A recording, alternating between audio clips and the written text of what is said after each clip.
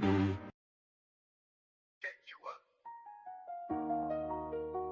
a thought modern, y'all. Hey, Blakberry talk. Yeah, we up, no, we locked in. ATL, we run the game, check the top 10. Braves swinging, Hawks fly, Falcons run it back. Every play, every take, yeah, we speaking facts.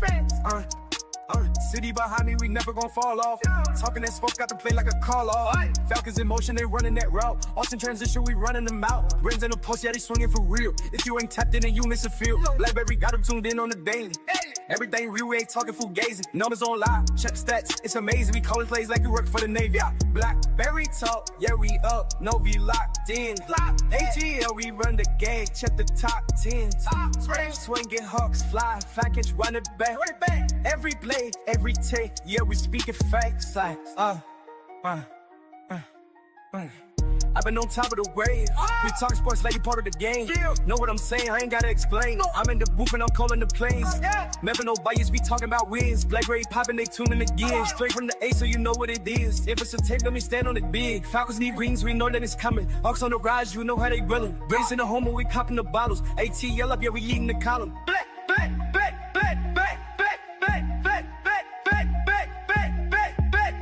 Blakberry talk, yeah, we up, yo, we locked in. ATL, we run the game, check the top 10. Braves swinging, Hawks fly, Falcons run it back. Every play, every take, yeah, we speaking facts.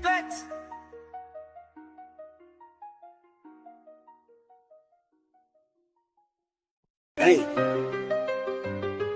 Say. Let's be clear. Shoo! I had to die or die when you drive. Will make you need it off. Don't get out the life. The shed ain't on your wood. For toast, accept your forms. Like that, eat on my void. Better more chair. Big clear till you bad for. You been eating off in thoughts. I've been living off what you saw. When the court favors, we pack now and laters. That's exceptionally flawed. Let's be clear.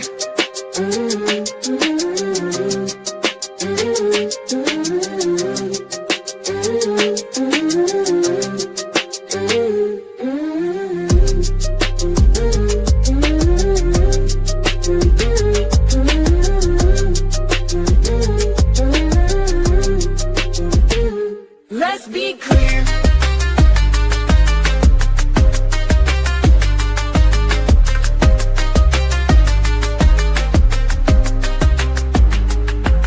If you make it taste funny, you laugh into the bay. If you corny at the mouth, put some used to that's now home team.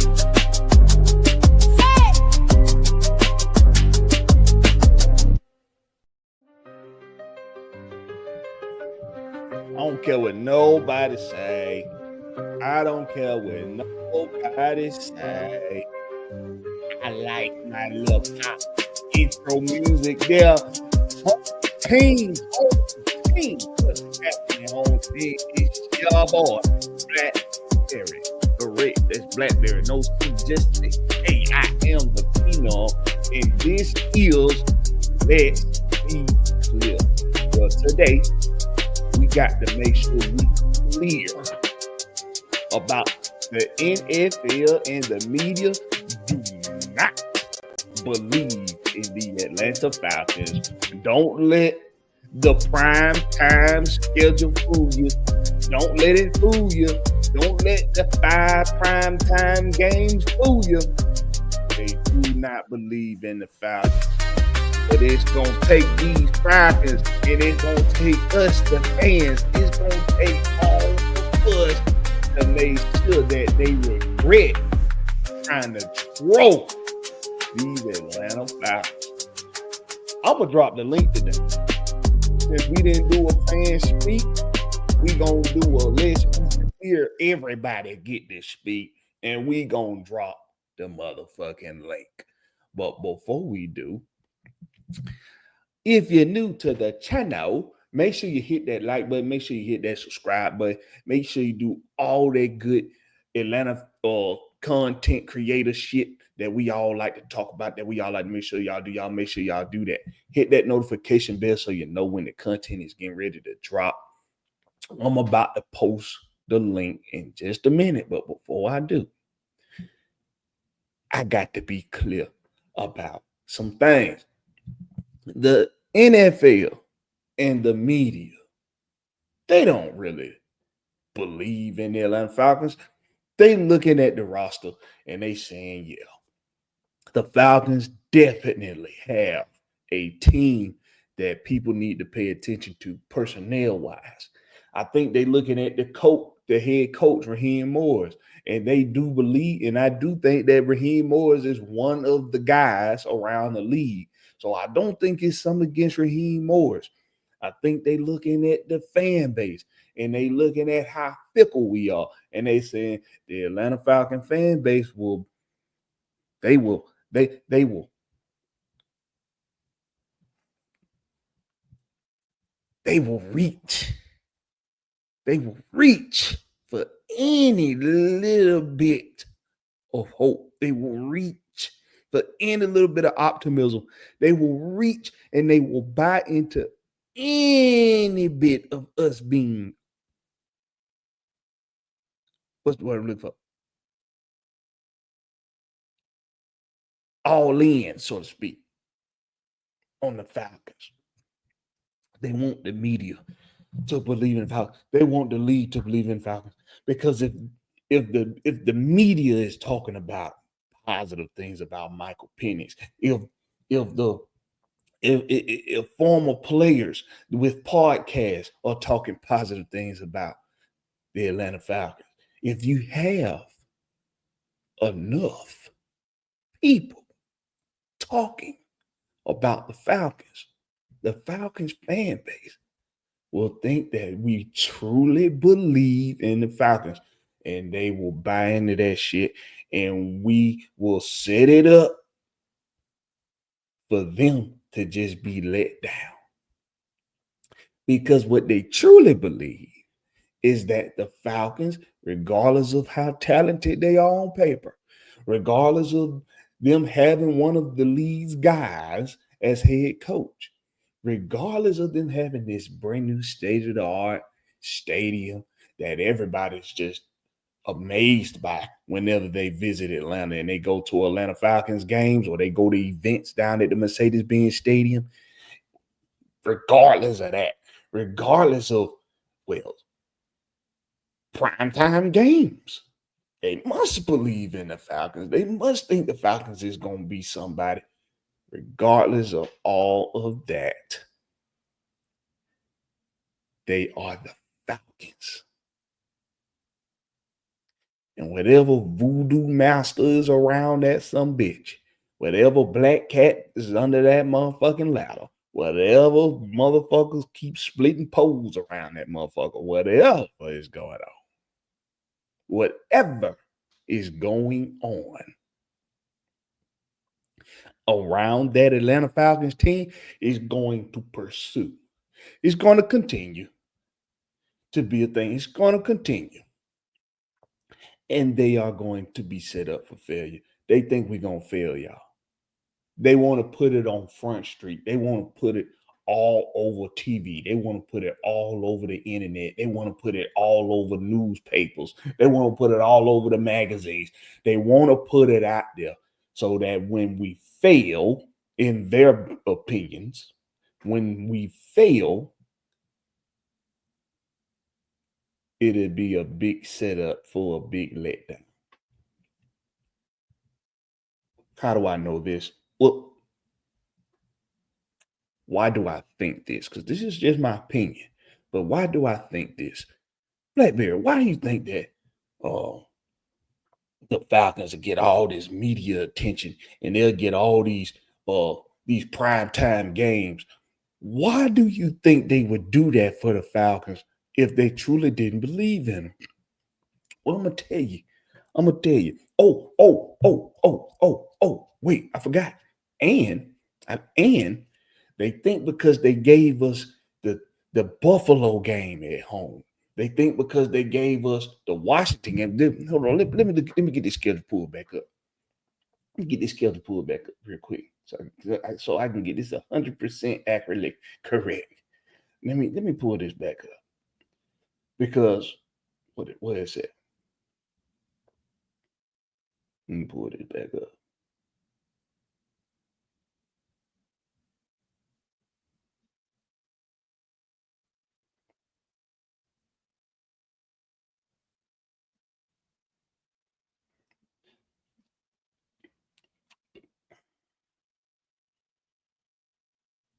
All right.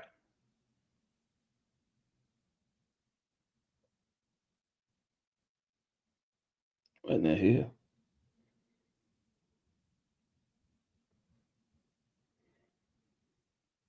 Oh, my bad, y'all. This somebody just sent me some crazy shit.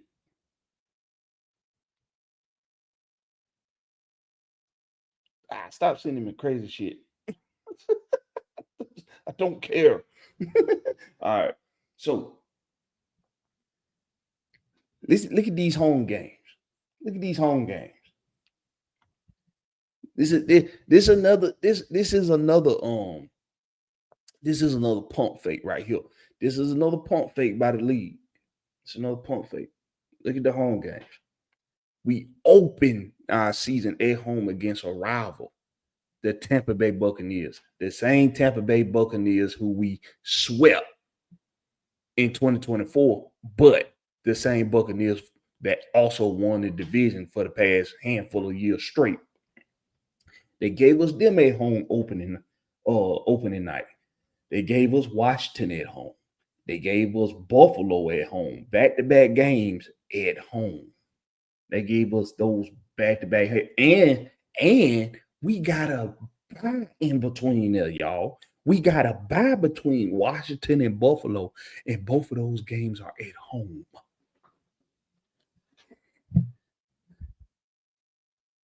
Well, I'm trying to figure. See, a lot of people are saying that this schedule is tough. It's tough, man. This schedule is so tough, man. Why you giving it a tough ass schedule, man? We already gotta play Tampa twice. Then they're giving us Washington in the beginning. They're giving us Minnesota in the beginning. They're giving us Buffalo in the beginning. And we gotta play a rival team in Carolina at home on the road in the beginning. This schedule too tough.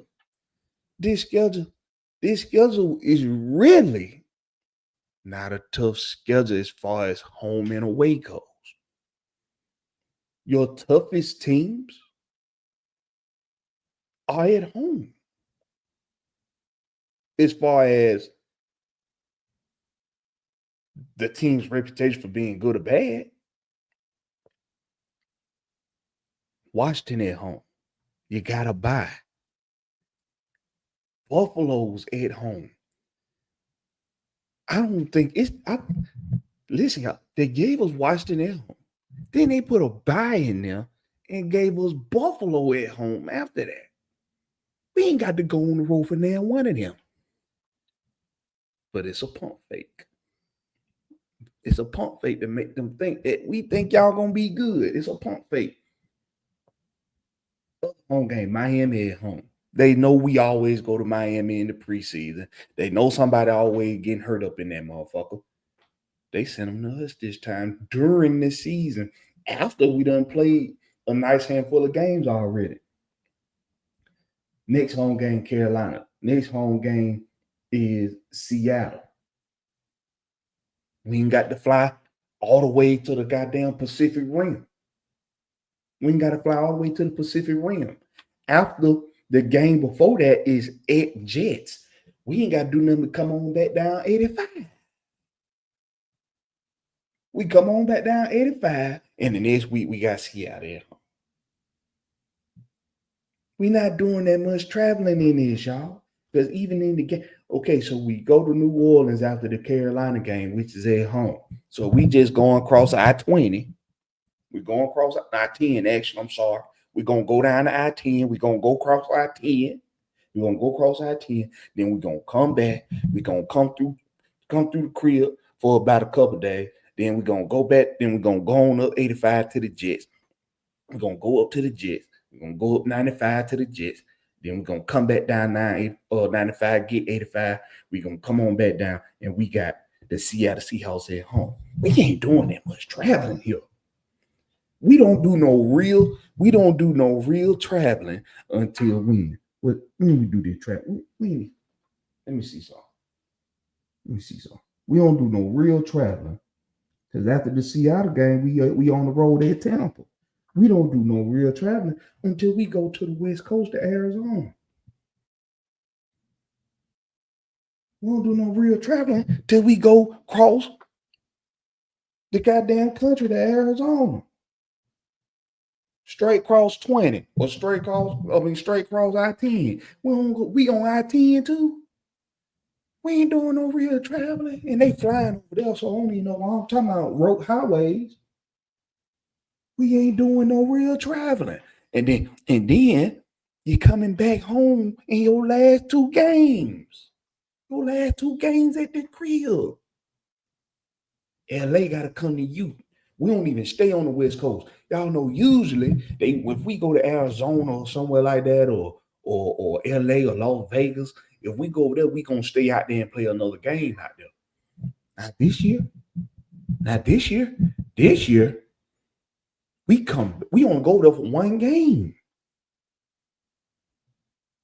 We go over there for the San Francisco game, but we come back home after the San Francisco game. We coming back home. We don't stay out on the West Coast but for one game 2 times this year. Twice. They ain't have us stay out there for 2 games this year at all. And so when we come back from Arizona, the last 2 games is at home. LA and which could be a flex down the line, because that could be a flex game. That might be a flex prime time game. We might be jocking for positioning on who get home field advantage in the playoffs. And then this game is to be determined. At home.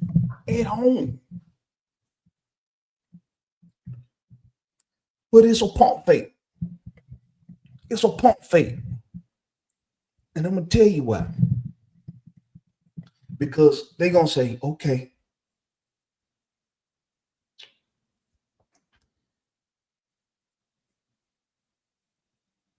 you got a few tough teams. You got some tough teams you got to play.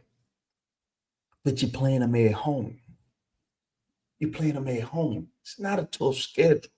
You're playing them at home. We gave y'all home court advantage. We gave y'all home field advantage in 2025. Not only that, we gave you a prime time game. We gave you 5 prime time games.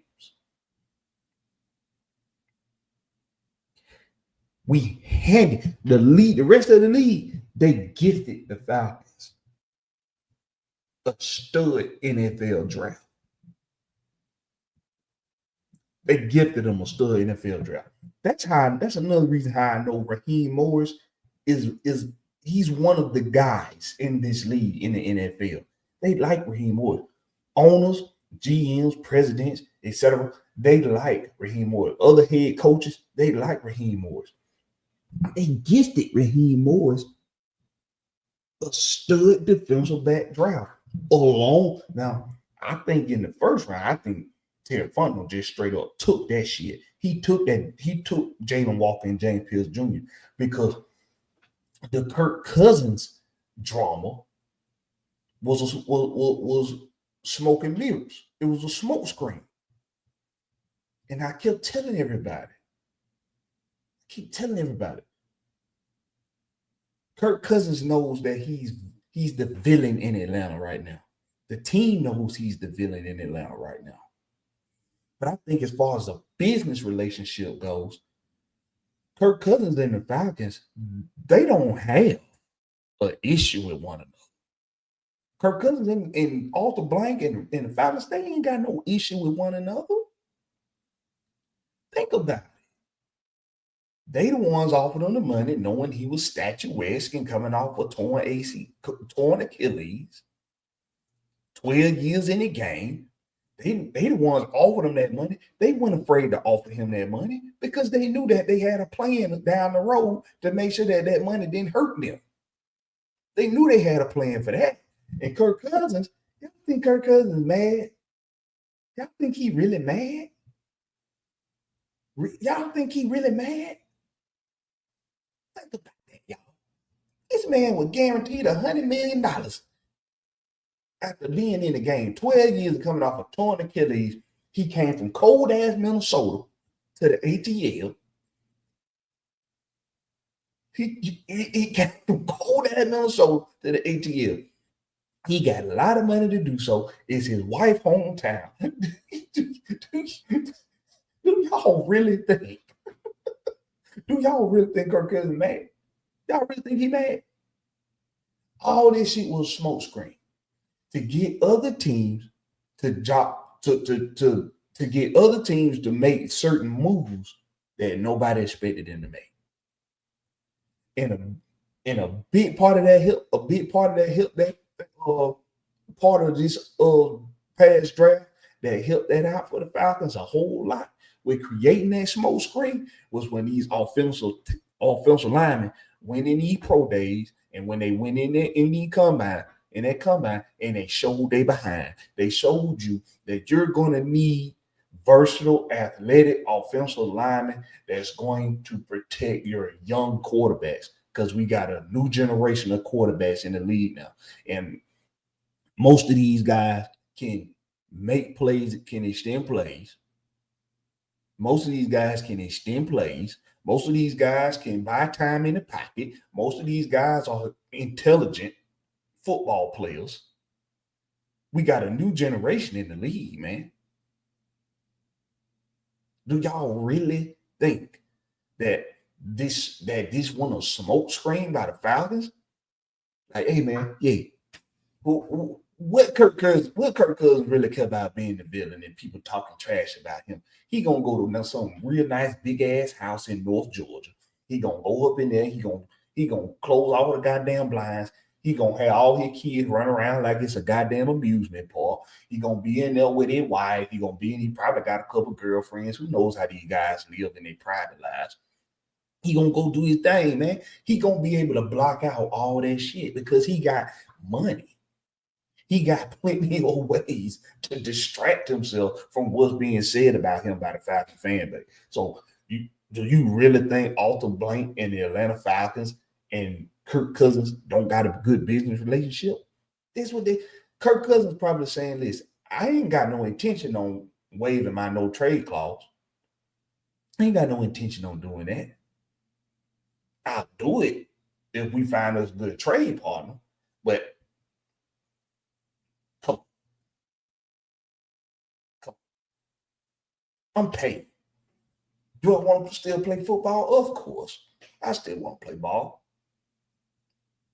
But if we can make something happen, let's make something happen. But hey, I'm here to help the team out in any kind of way.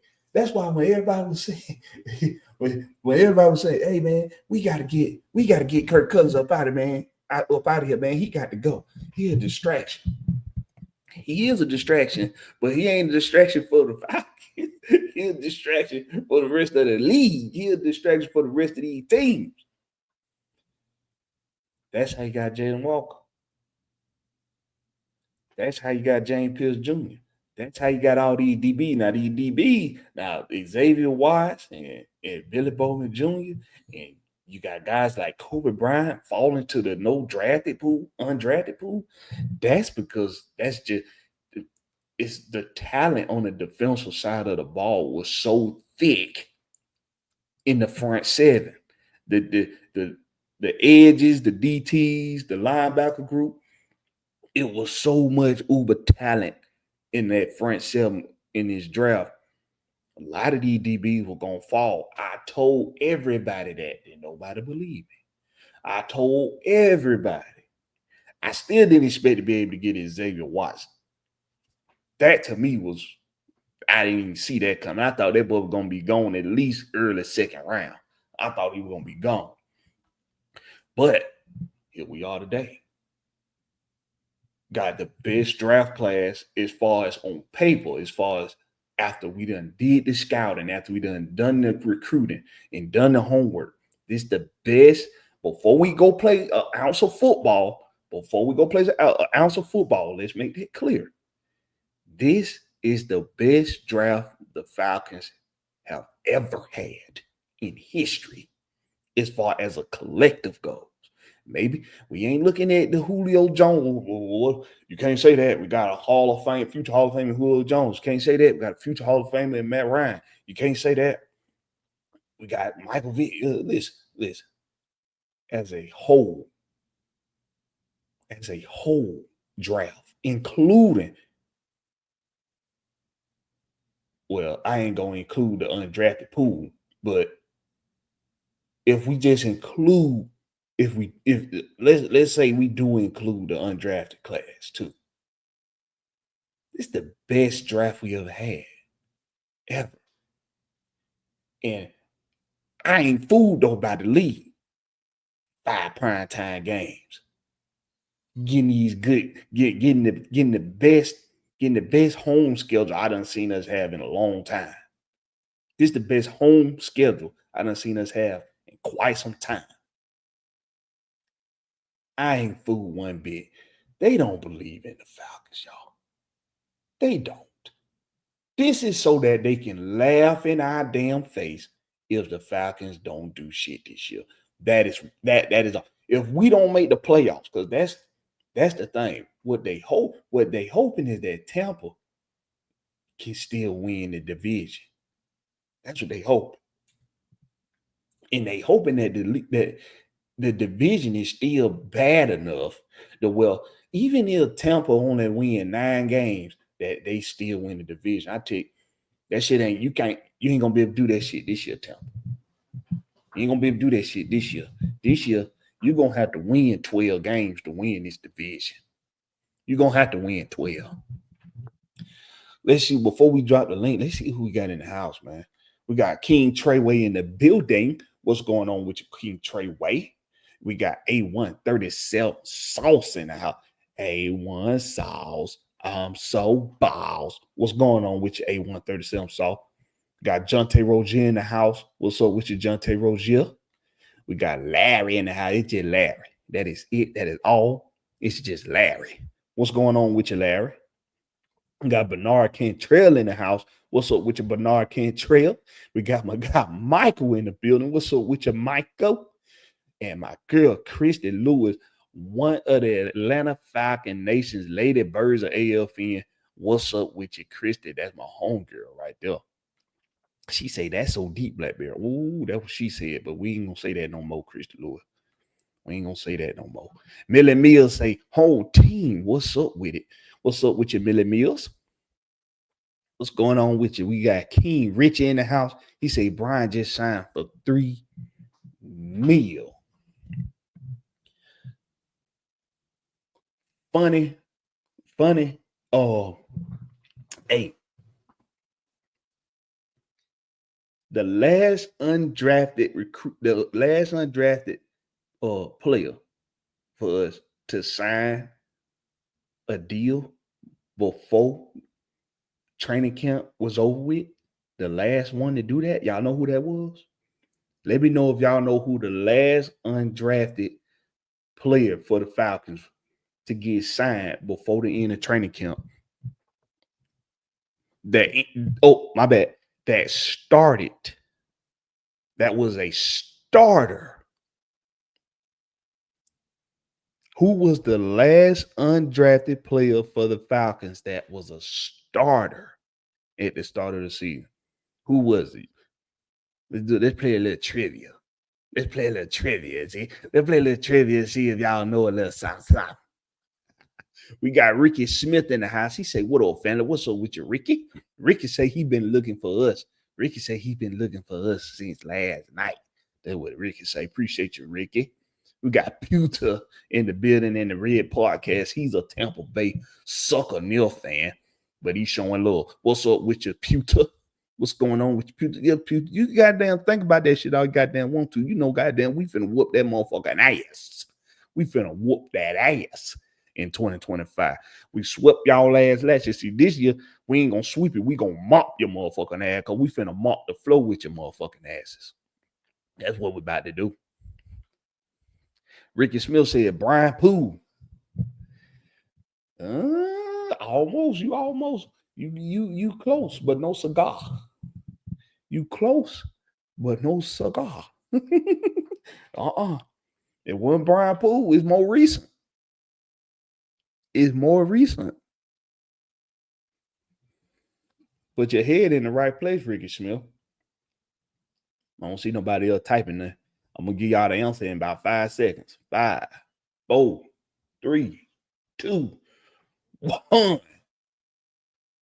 The offer.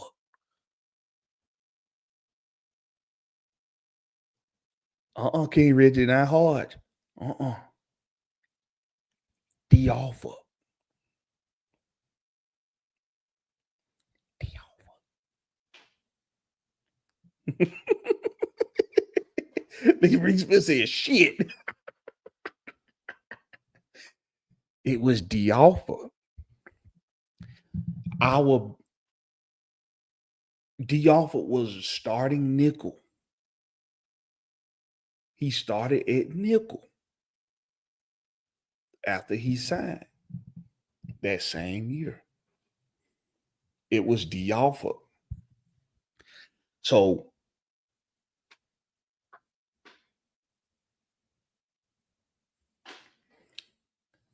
I think people kind of missed the. Let me drop this link because I'm about to get ready to start. I'm about to start preaching. Let me get this link for y'all. Let me drop this link, man. What's up with your Darius Glover? He in the house. He said Falcons is gonna play NFC Championship. I believe it. I believe it, Darius Glover. If you believe, I sure hell's believe. I sure hell's believe.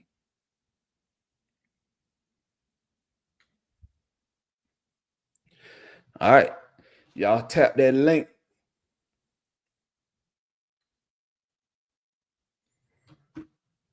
And come on in. Join the fun. Come on in. Let me tell y'all a story real quick because I got a fun little story I want to tell y'all, man. So back in the day, your boy Blakberry, I used to let me turn this down. Back in the day, I used to do door-to-door sales for a company called Fire Incorporated. And it's a sales company. I got King Richie waiting in the back. Hold tight, King Richie. Let me tell my story real quick. Your boy Blakberry, I used to do door-to-door sales. And I got that link pinned. So anybody that come in, they'll be able to tap that link. So the link is pinned in the chat. But back in the day, your boy Blakberry, I used to do door-to-door sales for a company called Fire Incorporated. And I used to sell cable TV. I used to sell internet. I used to sell AT&T Uverse, right? Door to door. And it was one day I was training and I wasn't doing the training. I was being trained. What's up, Larry? I got Larry waiting in the back. And we get to this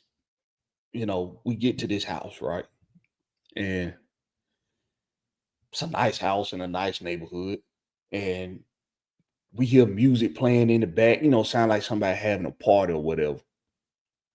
But there's no cars. It's like one car in the driveway. It's no real signs of a party outside of the music playing. We can smell the grill going. It's looking like it's about to be a vibe soon, but ain't nobody around. So we knock on the door. Guy comes. Actually, he don't even come to the door. Guy, it's open. Over here, it's open. Come on in. That's why I thought about this story, because when I was saying come on in. But the guy said, it's open. Come on in.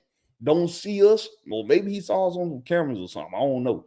But older white guy, kind of put you in the mind of what's the dude? What's that guy? The guy from Roseanne. The dad from Roseanne. What's his name? I can't get his name out. But the daddy from Roseanne, that's who he put you in the mind of, but he got white hair though. So he like, doors open, come on in. So, we let him say it a couple times before we did it to make sure we heard him right. Because, last thing you want to do is too fairly size. Because I'm a fairly big black guy myself, but my the guy that's training me, uh Mario's much. He's a big dude.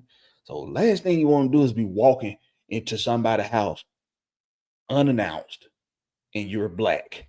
You don't want to be doing that. So we let him say it a couple times before we just walked in there.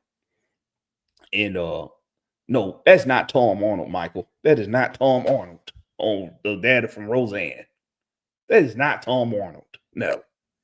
But we walk in and the guy's like, yeah, come on back, man. And so we walking back. He have us come through. I mean, real nice house, man. We got to go through like 3 different rooms, before we even get to the back, the back door to go through to get to the sunroom, to go to the deck. So we go through about 3 different rooms, then we cross through the kitchen, and he have us come out this sunroom onto this back deck. He was like, yeah, what do you guys got going on?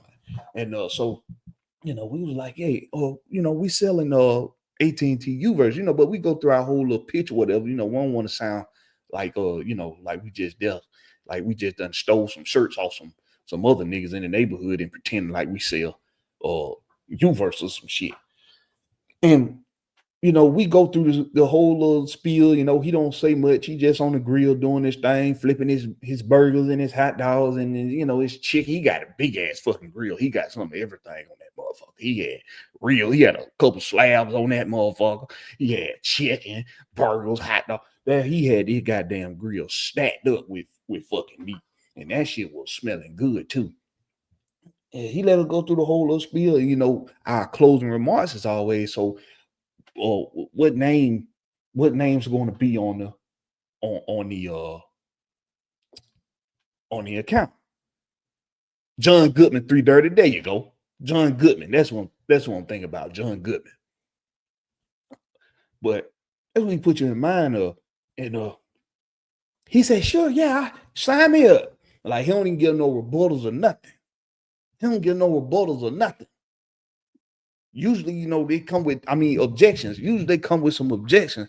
Usually they be like, well, why is this better than what I already got? Or how this gonna save me money? Or, some shit like that. He don't say none of that. He's like, hey, give me the biggest package you got. Give me all the booty channels. He said, I want one. And this when you still had to have a box.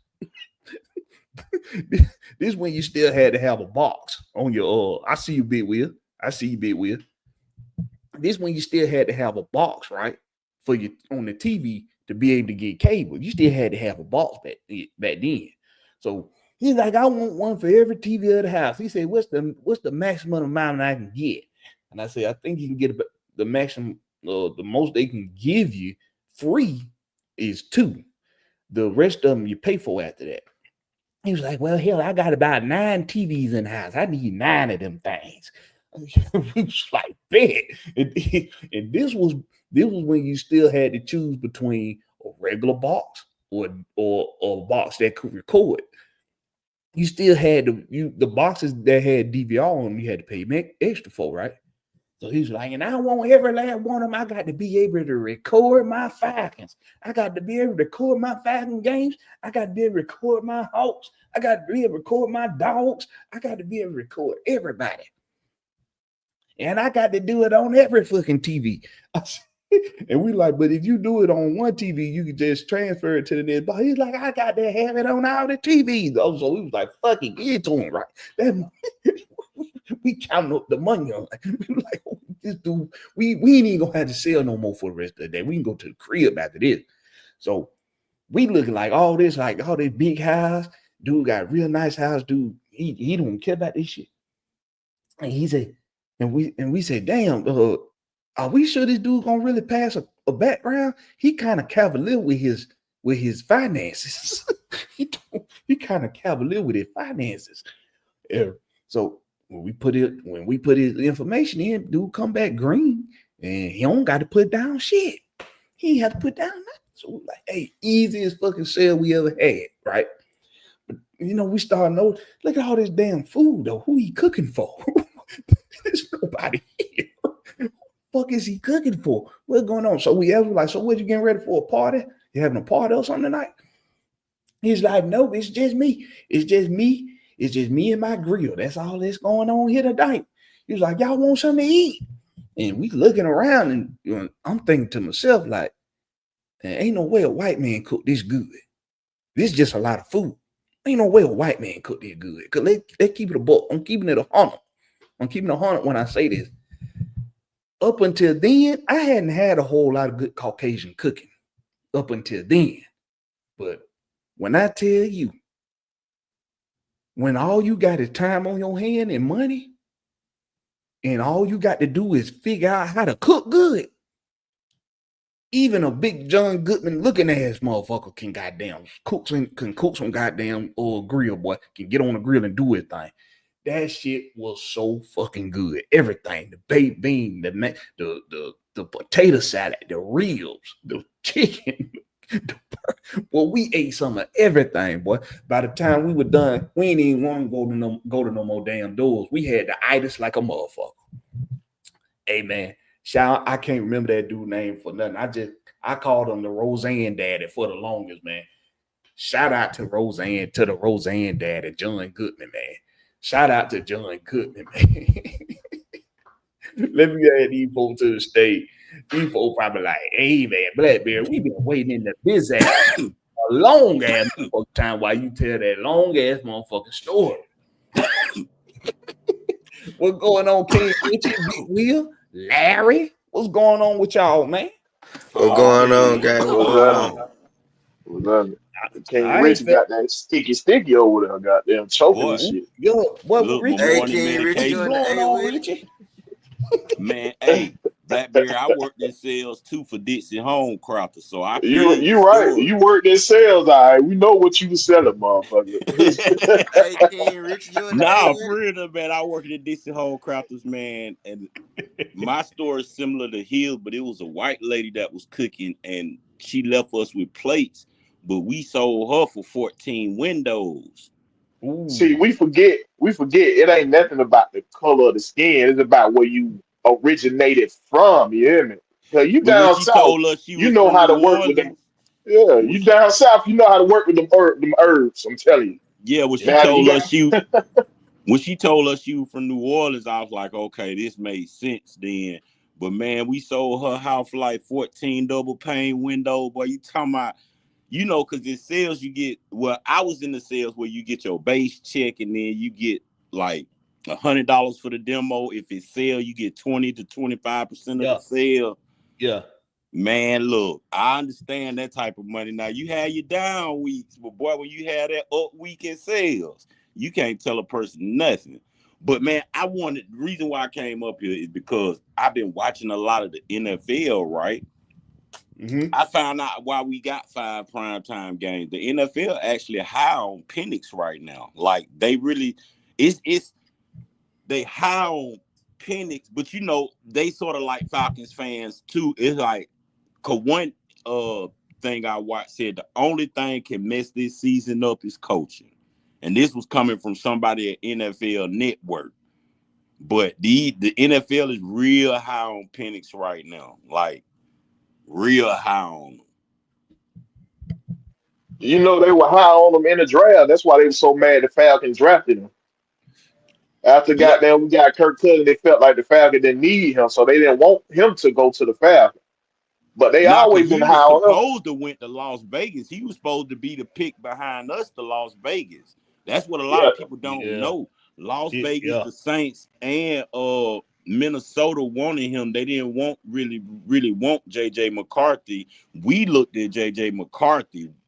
That last look that we did was Penix, but our first quarterback look was JJ McCarthy. Yeah, that what fucked everybody up. They ain't like that's why they just gave them more shit to hate on the Falcons about when we picked them up. Yeah, they wasn't expecting the Falcons to go get Michael Penix. They ain't think they were gonna do that. Cause they just gave Kobe Bryant $3 million and they said Nick Nash next. What Hold on, what you say they signed Kobe Bryant to $3 million? Yeah. Hey, he definitely making the team. He definitely making the team, goddamn. And they said Nick Nash next. Already made. He already made it. Well, ain't nobody made it until the final cuts come through. The final cut. But you know why I think they did that, Big Will? Because a player like Nick Nash and Kobe Bryant not gonna make it on the practice squad. Somebody that's what I'm saying. Get him. So once they give him a contract like that, when they get a motherfucker signed for $3 million, he definitely in there. Yeah, he made it. Hey, but Raheem said he playing outside though. Yeah, Raheem said he had having an amazing. Yeah, we can hear you, Larry. We can hear you, bro.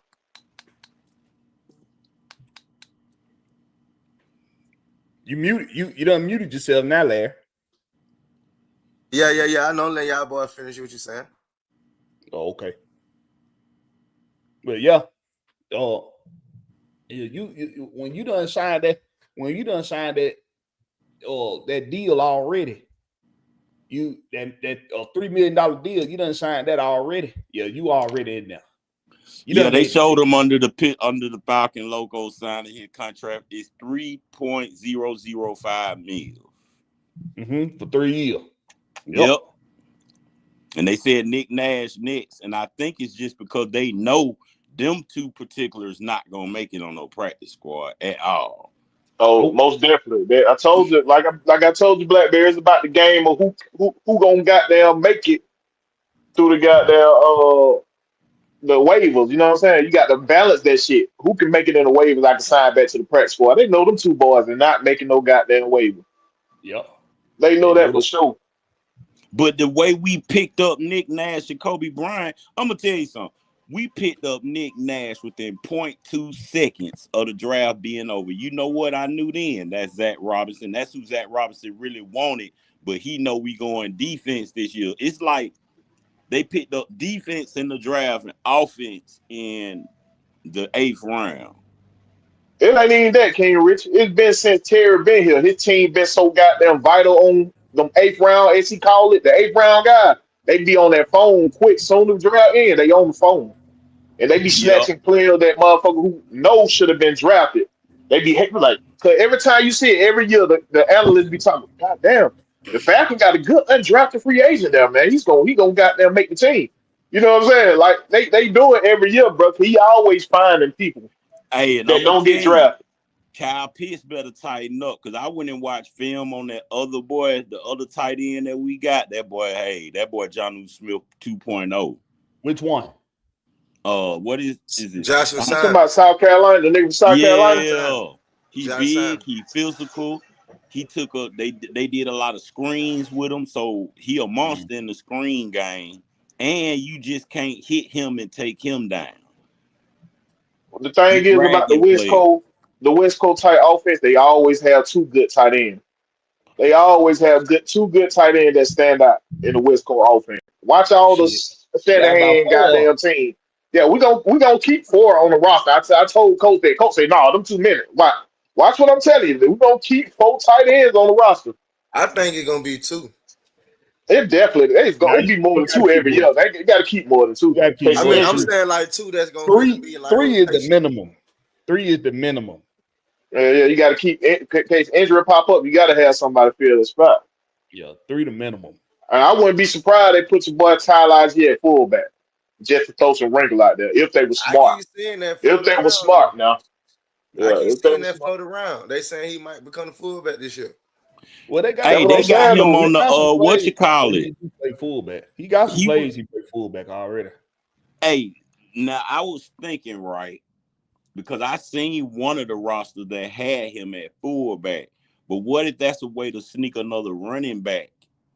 Like, it's so many reasons why you could put him at fullback. If you want to keep him instead of trading him, or, like pick up a contract, okay, well, we'll make you the fullback and give you the fullest fullback money you can. You see what I'm saying? And then still keep Bijan, but you really a running back. But remember, we got that boy Nate Carter, too, who may step up in the ranks, and then we can still keep another running back because you're the fullback. You're not really, you see what I'm saying? Yeah, but he got to be willing to do that. No, I ain't saying he willing to do it. I'm just saying I can see how Terry thinking because they trying to make approach him with that. Yeah, they could approach. But they usually have the fullback fall up under the tight end position or the running back position. It'll always be one of them when it comes to that how they recognize the Yeah, fullback. how they play the fullback in Atlanta. Yeah. Who was the last real fullback in Atlanta? Keith Smith. Keith Smith. And then Yeah, Keith Patrick Smith DeMarco was before him. we use tight ends the last couple years at Arthur Smith. We use tight end back there. Right. When they started cutting down Keith Smith But you possessions and remember shit. when Keith Smith started blocking for Al Gill? That's how he was able to get them 1,000 yards. Shit. Who else was it? It was Jacob Tammy. It was he was our best tight end, Tammy. It was Jacob I forgot about that other tight end that Arthur Smith loved. He put him back there at fullback. I forgot that motherfucker. He was good blocking tight end. Fish, yeah, that's him. Fish, Georgia. Yeah. So we had listen, man. When you got tight ends typically these days can move a little bit better than that of a traditional fullback. Most traditional fullbacks not moving all that elusively, but if you got Tyler, now of course it's only gonna be certain formations he gonna get in there and be at fullback, and most of the time he might block for Bijan maybe a couple times a game. It ain't gonna be that often, but if you put him out there at fullback, you got to split. You can split the damn backfield with him and Bijan. Sky's the limit, man, with the offense, bro. And you know what? That'll change the playbook. Now, it's two reasons why I think they truthfully put him at fullback, and that was one to save space.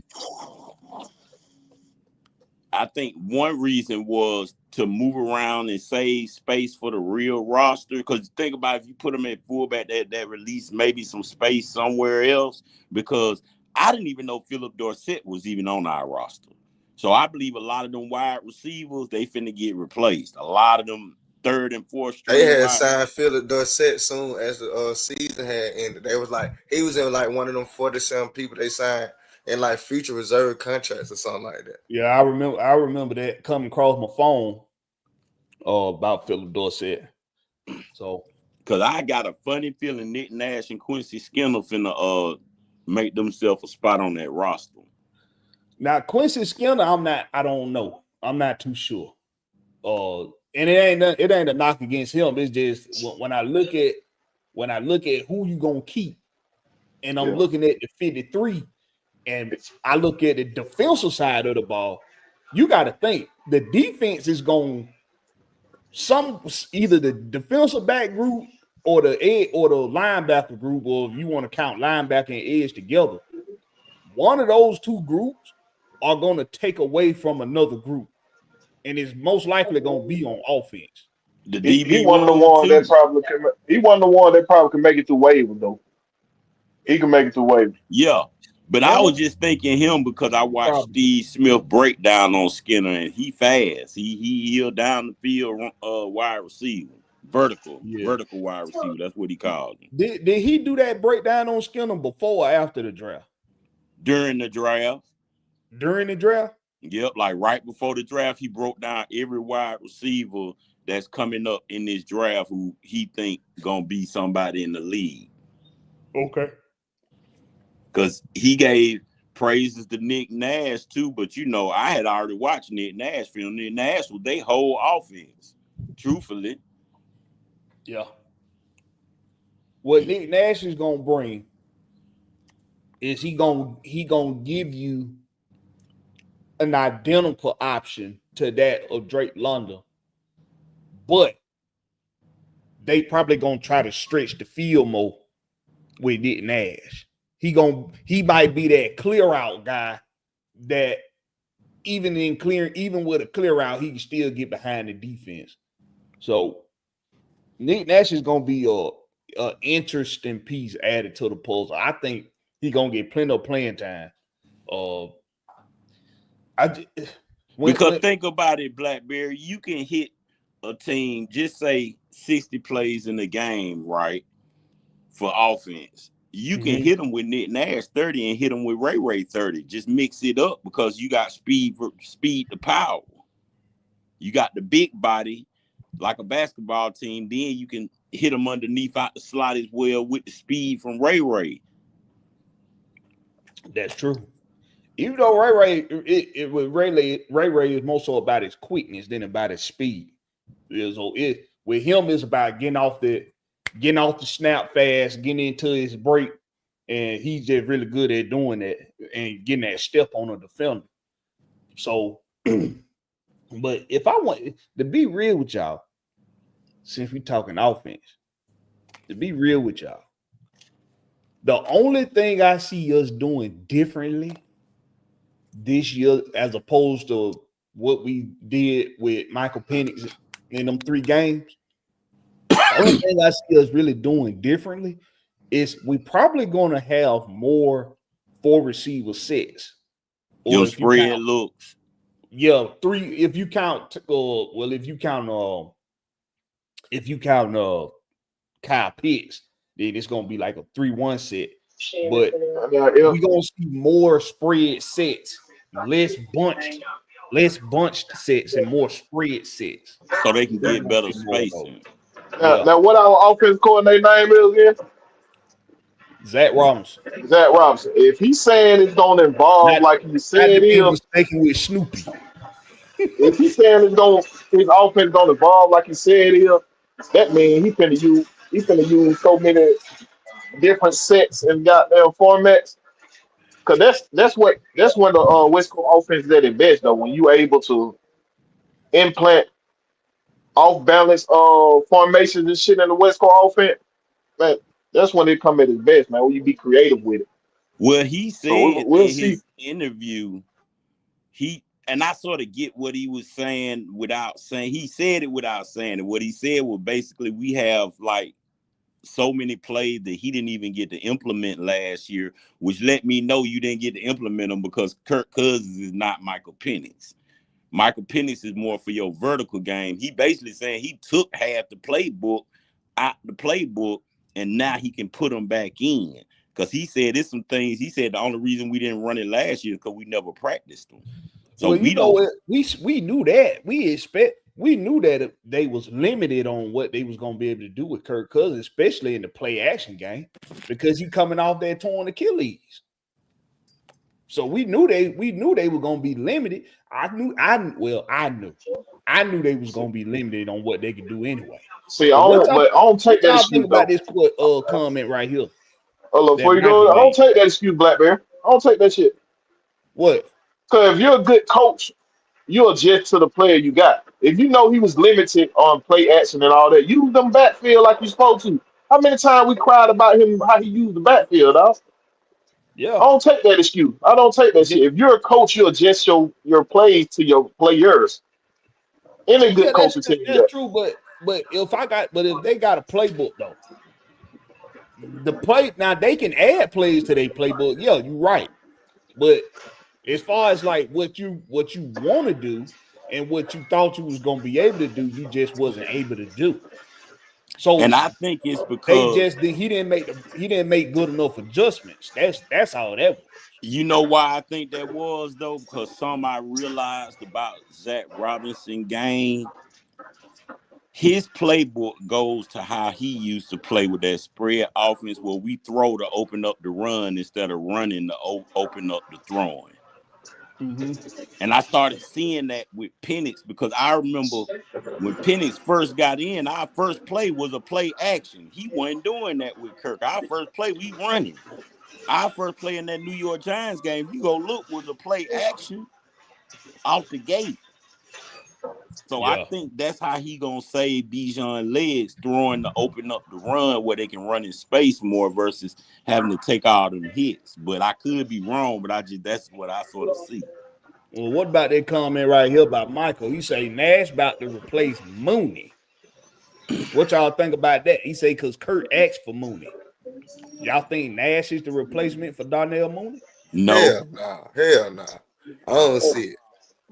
As much as I like Nash, he's nowhere near the route runner Mooney is. Mooney just get open. I don't know how he do it. He just get open. Nash gonna be a part of the offense, but he ain't finna goddamn replace Mooney now. Hell. No, they finna put Nash in that slot. Watch.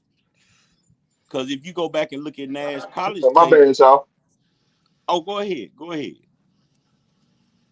Oh no, he had to No, I mute just himself. got there, did an outburst. I forgot to mute. Oh, no, because if you Good. look at Nash, if you go back and watch Nash film, he didn't really play on the outside. He played inside. That's why he's the number one wide receiver with the most touchdowns out of the slot. That man got like damn near 20-something touchdowns out of the slot. That's how he was able to become Triple Crown winner.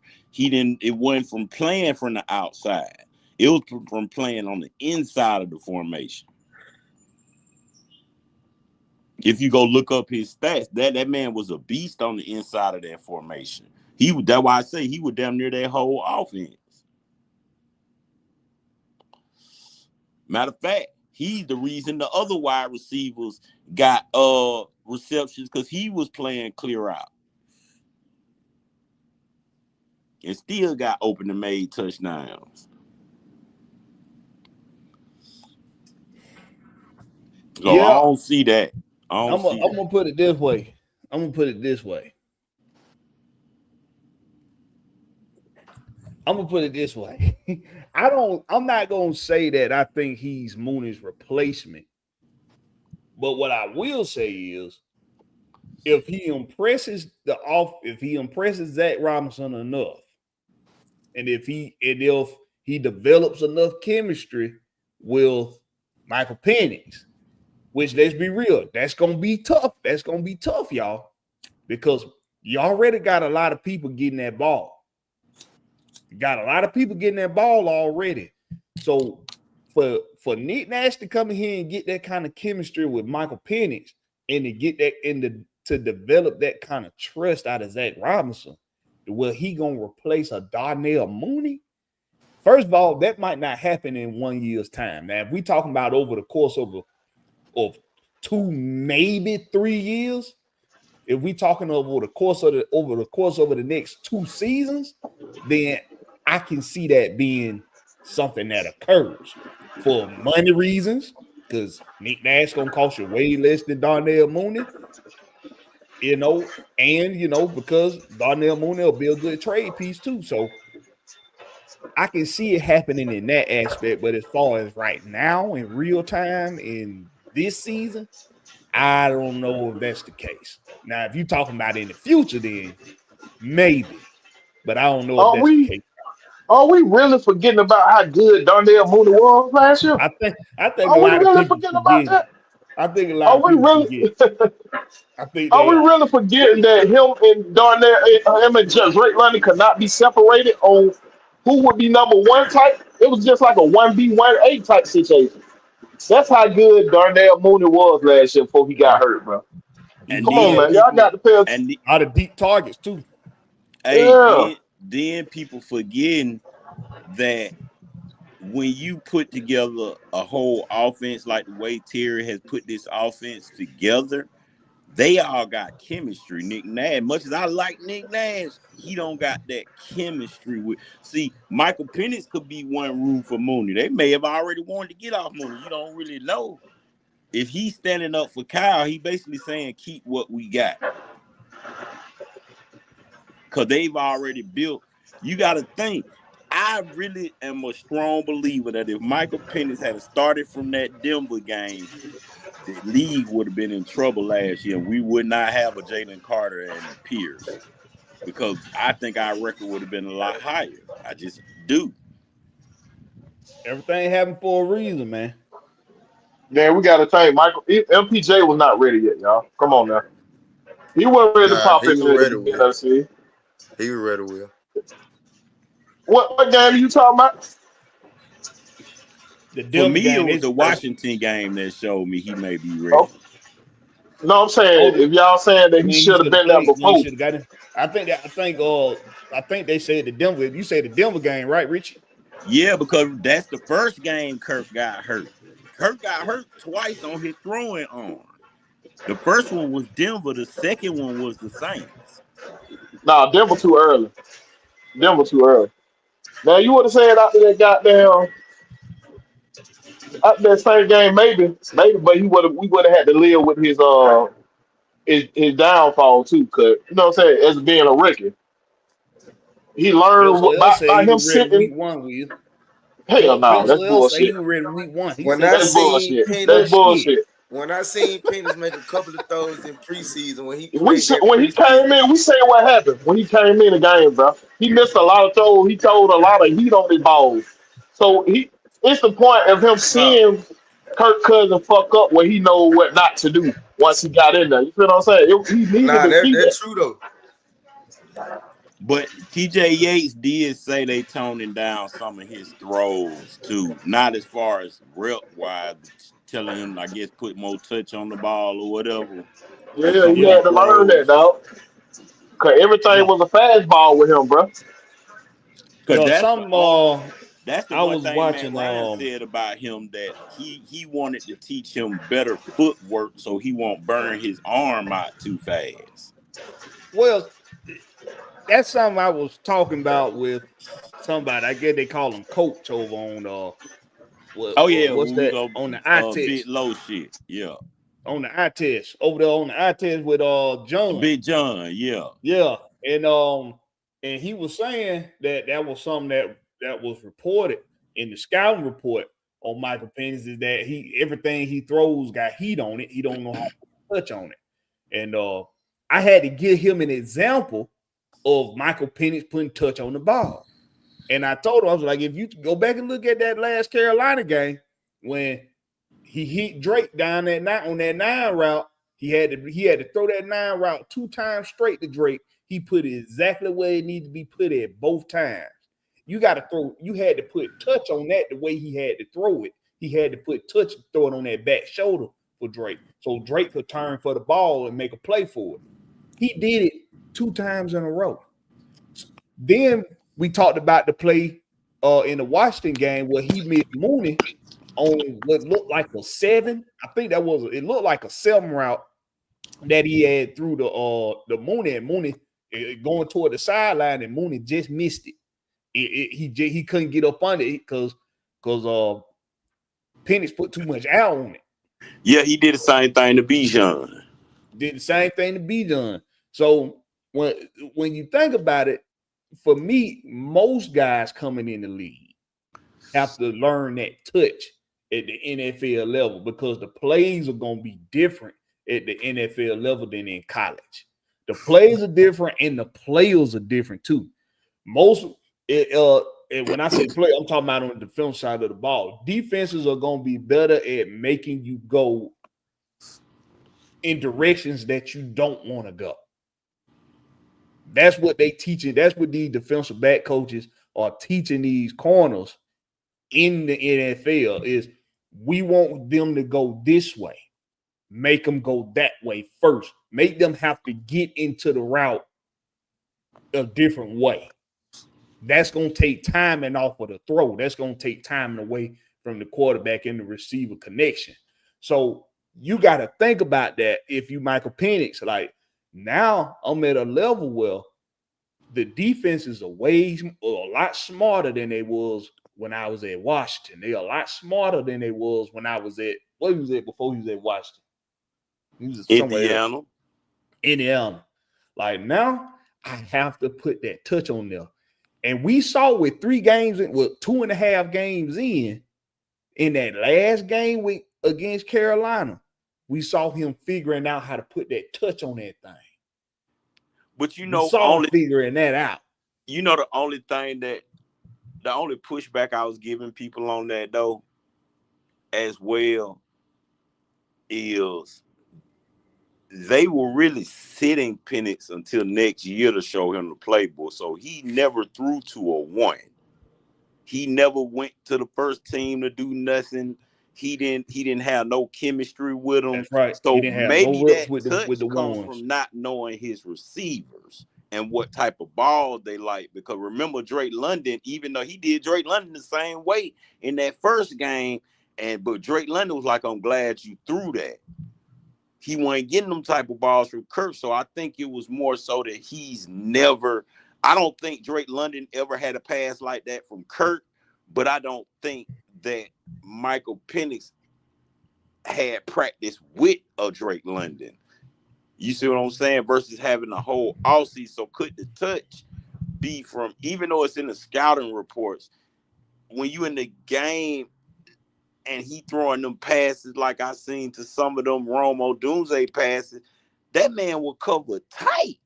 I'm talking about tight. And he still dropped it in the bread basket. That take touch. I told you what I told. See, precision quarterback. It's not that they lack touch on the ball. A precision quarterback, if he overthrows somebody, or if he missed somebody in a pass that should involve more touch on the ball, it ain't because he don't know how to put the touch on it. It's because, like you just said, King Richie, sometimes is when you throw into a new receiver, you have to know their tendencies. You got to know how they like the ball. You got to know how they're more so suited to catch a ball. That I can't think if it's a 7. I think it was a 7 that he was throwing to Mooney in that Washington game where he missed him down the sideline. Well, if Mooney run up under that, it's to the house and the game is over with. Well, I don't think Washington was going to be able to come back after that. They ain't have no time. Oh, yeah. You talking about that play where Mooney hit the ground trying to catch the ball. They had to take him out for a couple plays because the way he hit that ground. Yeah, he got shook up a little bit. Yeah, but if he'd have caught that, if they'd have been on point and he'd caught that in stride, that was to the house. That was to the house. And it was game time. It was game time. So it ain't necessarily that he don't know how to put touch on the ball. Because like I said, in that Carolina game, I seen him put a lot more touch on the ball than people giving him credit for being able to do. Now, in the first couple games, I can admit, yeah, he missed a lot of throws. But in that Carolina game, it was looking like, okay, this young boy done figure something out. He done figure something out in just 3 games. So it's his ability to adapt. It's his ability to evolve fast. His ability to be a student of the game.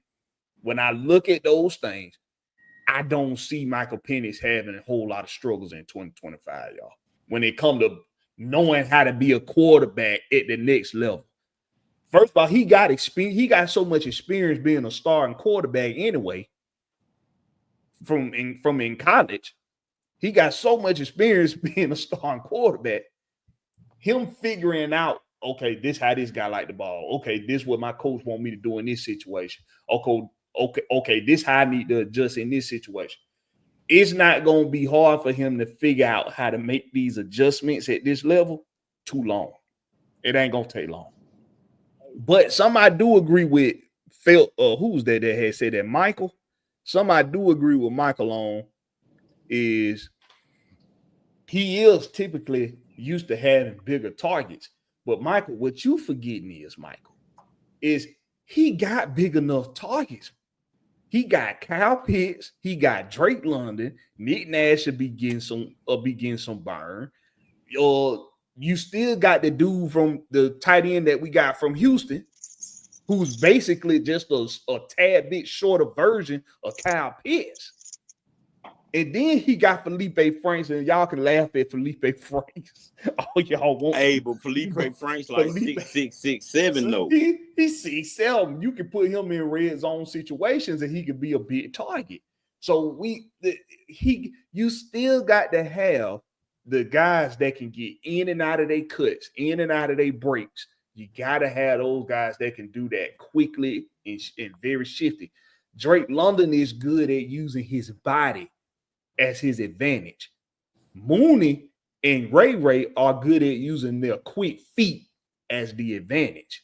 So you still got to have those guys that do that. Now, Nick Nash, from what we see with him, is he has the ability to have quick feet at his size. And that's what's going to get him the edge at winning some playing time on this team. Because if you got a guy that's that big, you can put him in the slot, and he can be quick with his feet to get tight end, to get linebackers and safeties off of they out of position. He gonna be a dangerous target too. But I don't think he gonna take too many. I don't think Mooney's job is at jeopardy with Nick Nash. I don't think so. All right. Listen, y'all. We can talk about these Falcons and we can talk about them all goddamn day. But there's something else going on in sports right now. I'm a baller, right? I'm a baller. I'm thinking about taking my boy, since it's summer now, I'm thinking about taking my boy to the park later on and going to shoot some hoops. I'm a baller. Let me ask y'all a serious question. Somebody count some money? Somebody got a money machine? Who got a money machine? Soldier. Not what else? Yo, boy. bro. Boy, you got a money machine? Yeah. Hey, I'm gonna do you a favor. Hey, mute Soldier, man. And I'm gonna mute you. Because, boy, you stay incriminating yourself, boy. You stay doing it. He left Pittsburgh, Atlanta, and took his ass to actual Pittsburgh, and he still just out here incriminating his goddamn self. It ain't nothing illegal about having no money counter. Yeah, it might not be. It ain't got, but you already know how antennas work. You know how antennas work. But anyway. Jumped on here. Oh shit. Look up. I'm gonna mute you until you ready, bro. Let me ask y'all a serious question.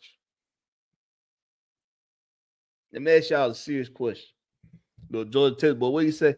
He say, Blakberry, you're a baller. I'm a hooper. I'll dunk on it. You probably will. I ain't dunked in a long time. You probably will. George Test, but I ain't swing you though, boy. I got them light your ass up from behind the arc. I ain't swing you, boy. I got a jumper. That's all I need. You done with it. I get you off your game, boy. But anyway. Anthony Ant-Man Edwards, y'all. What happened last night? Let me look at something real quick. He had 18 points in the first half, and he ain't got nothing there, man. And he ain't getting nothing else. He turned the ankle in the first quarter. I remember that. He turned the ankle in the first quarter. The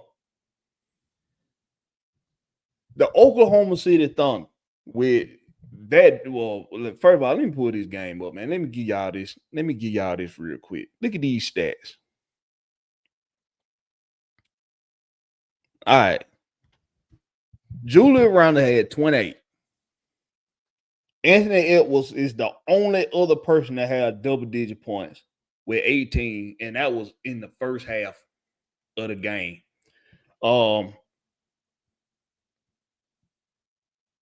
Is Anthony Edwards is he really the next face of the league, or is he what they call it? Is he just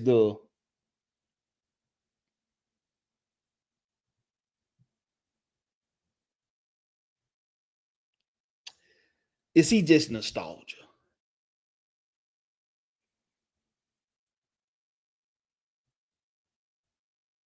Because he did turn his ankle.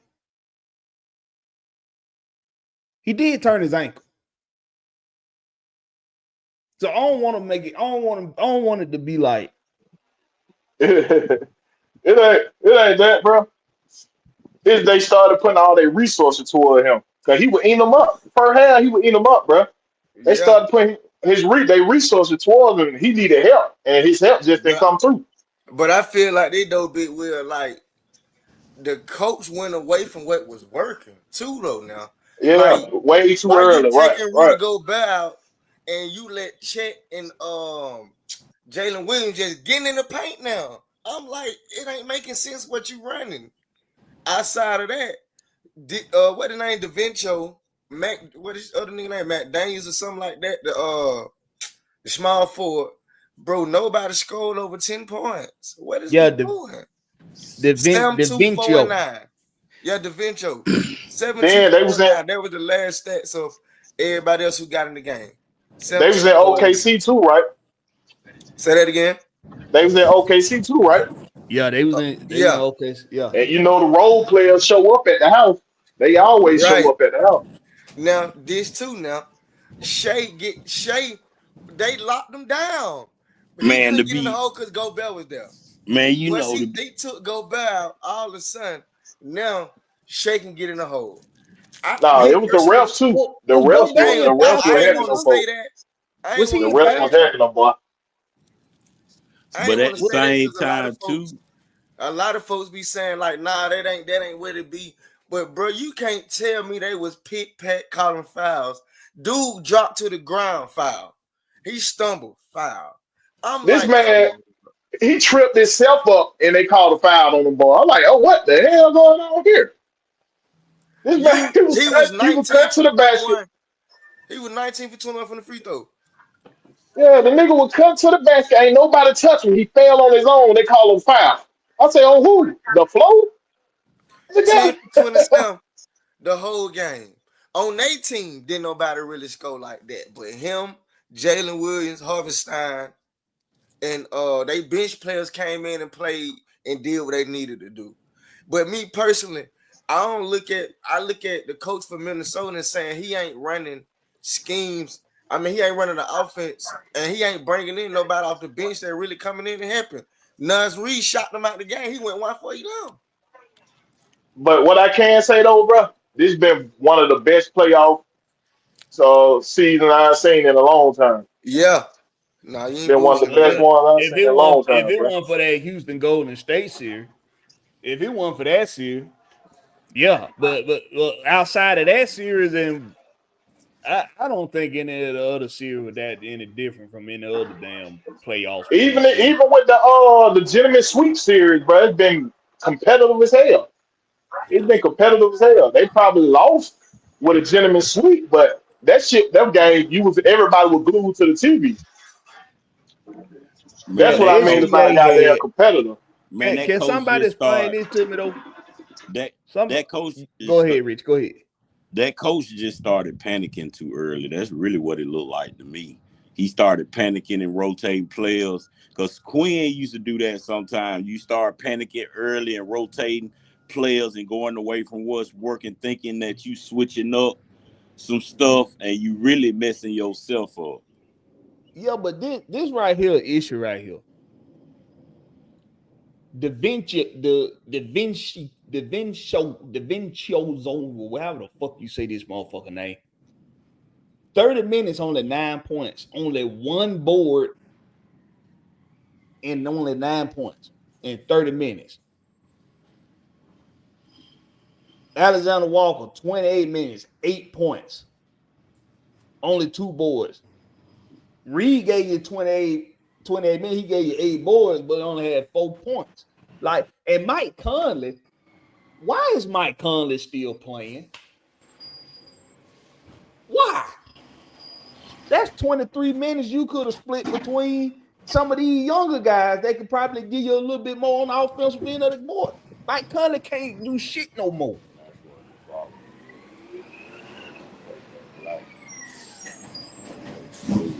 I'm starting to think, y'all. And then Rudy Gobert. Was he in foul trouble or something? Why he only got 21 minutes? He must have been in foul trouble. 3 boards, 2 points. I don't think this is something that's going to persist with Minnesota. I think they'll get their shit together. But you can't have no game like that against this Oklahoma City team. You can't have no game like that against this Oklahoma City team. You can't. If that one game, even if you go on for the rest of this series and be way more competitive, that one game probably just lost you this series. And if I'm talking what's best for the league right now, what's best for the league ain't for SGA to be the best player on the court in this series. You need Anthony Edwards to be the best player on the court in this series. You need him if you're the NBA to be the best player on the court. Because if the Oklahoma City Thunder go to the finals, you know they're going to be met with either the Knicks or Indiana.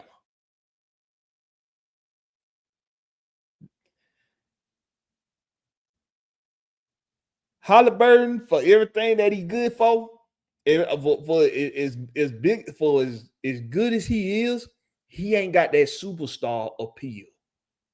He ain't got the superstar appeal, the potential superstar appeal that Anthony Edwards could have. You don't think Halliburton got it? Not like Anthony Edwards. Because I ain't just talking about the game. I'm talking about outside of basketball. Like market wise, like marketing wise, right? Okay, say that. I would say that too. Like he don't got it like Anthony Edwards. And then for the Knicks, we sure hell ain't trying to put the goddamn NBA in the hands of fucking number 11. We ain't trying to put him in Jalen Brunson. We ain't trying to make Jalen Brunson to be the goddamn competing face of the league. You gonna have Jalen Brunson competing with LeBron James for the face of the league? That ain't good for the NBA. For the fucking Hobbit to be getting fucking NBA face looks, that ain't good. He's a fucking Hobbit. And we gonna really do that? Is the Timberwolves better figure this shit out.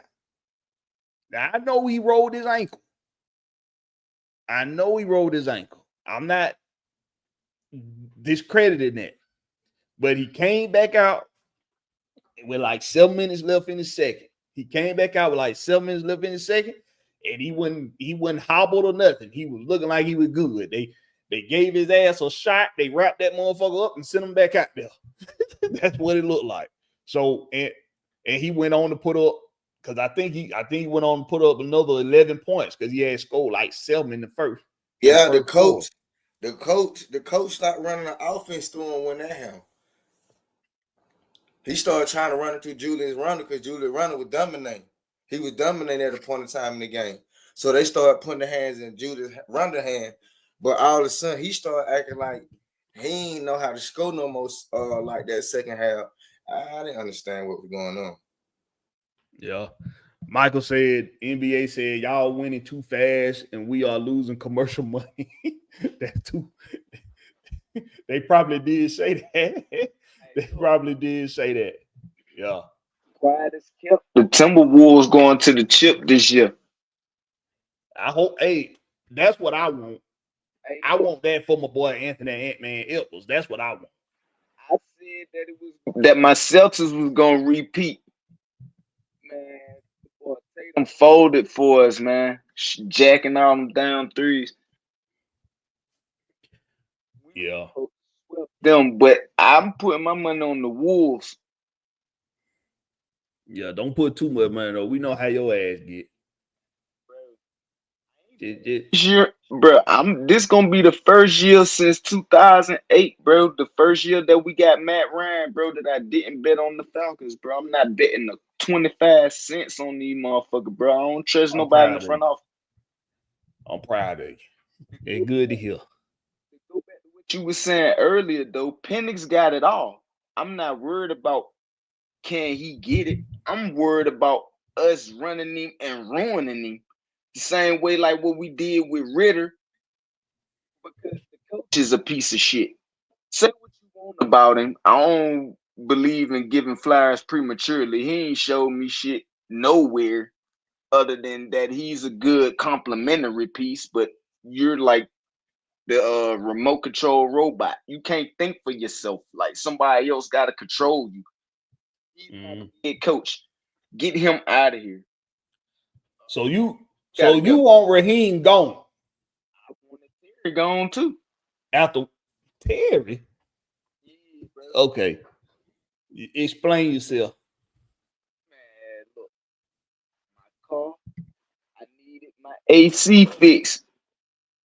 You say drop it off, come back, get it in 2 days. You talking about you know fix the tires. My nigga, I ain't need no tires.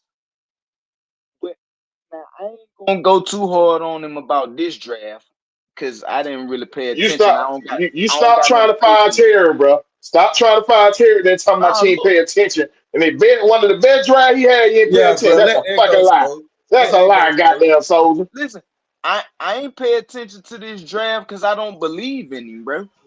Like my nigga, you Is tricked you a me. little You fan? tricked me 3 Soldier, years, you quit to throw 10 bands on the Falcon, bro. You paid attention to that damn draft, bro. bro. On my You paid attention bro, to if a bro, motherfucker invested in gambling like you will, my nigga. You paid attention to that draft. bro. I didn't watch not one player of this draft get drafted, bro. Not one. Like I don't believe in the front office, bro. I don't. Like I'm done. Like we gotta make some real changes, or these niggas, every person who he just drafted better be in campaign for rookie of the year. And I'm talking about every one of them. If not, I look at it like a failure, bro.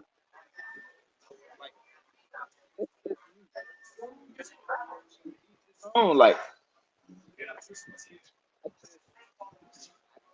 much money to just keep burning my money on a nigga's incompetence, bro. I'd be better off just walking down the street and finding the first bum and just handing them a stack, like, and do that to 17 more fucking bums. Like this, it's the same damn thing.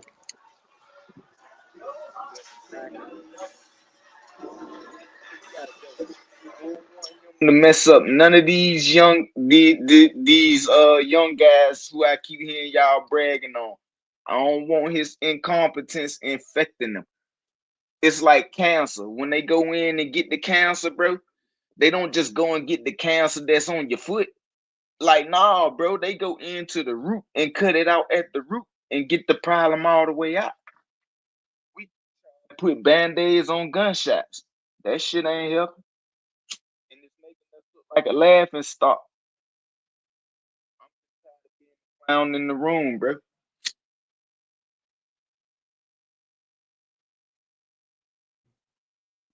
All right. So y'all had to hear what my guy Soldier had to say, aka about whatever in the chat. If y'all don't know who that is, that's about whatever in the chat. He say he don't want Terry Fontenot and Raheem Morris incompetent asses affecting or infecting or infecting the young talent we got. Okay, so I just want to know why he feel like Terry's incompetent.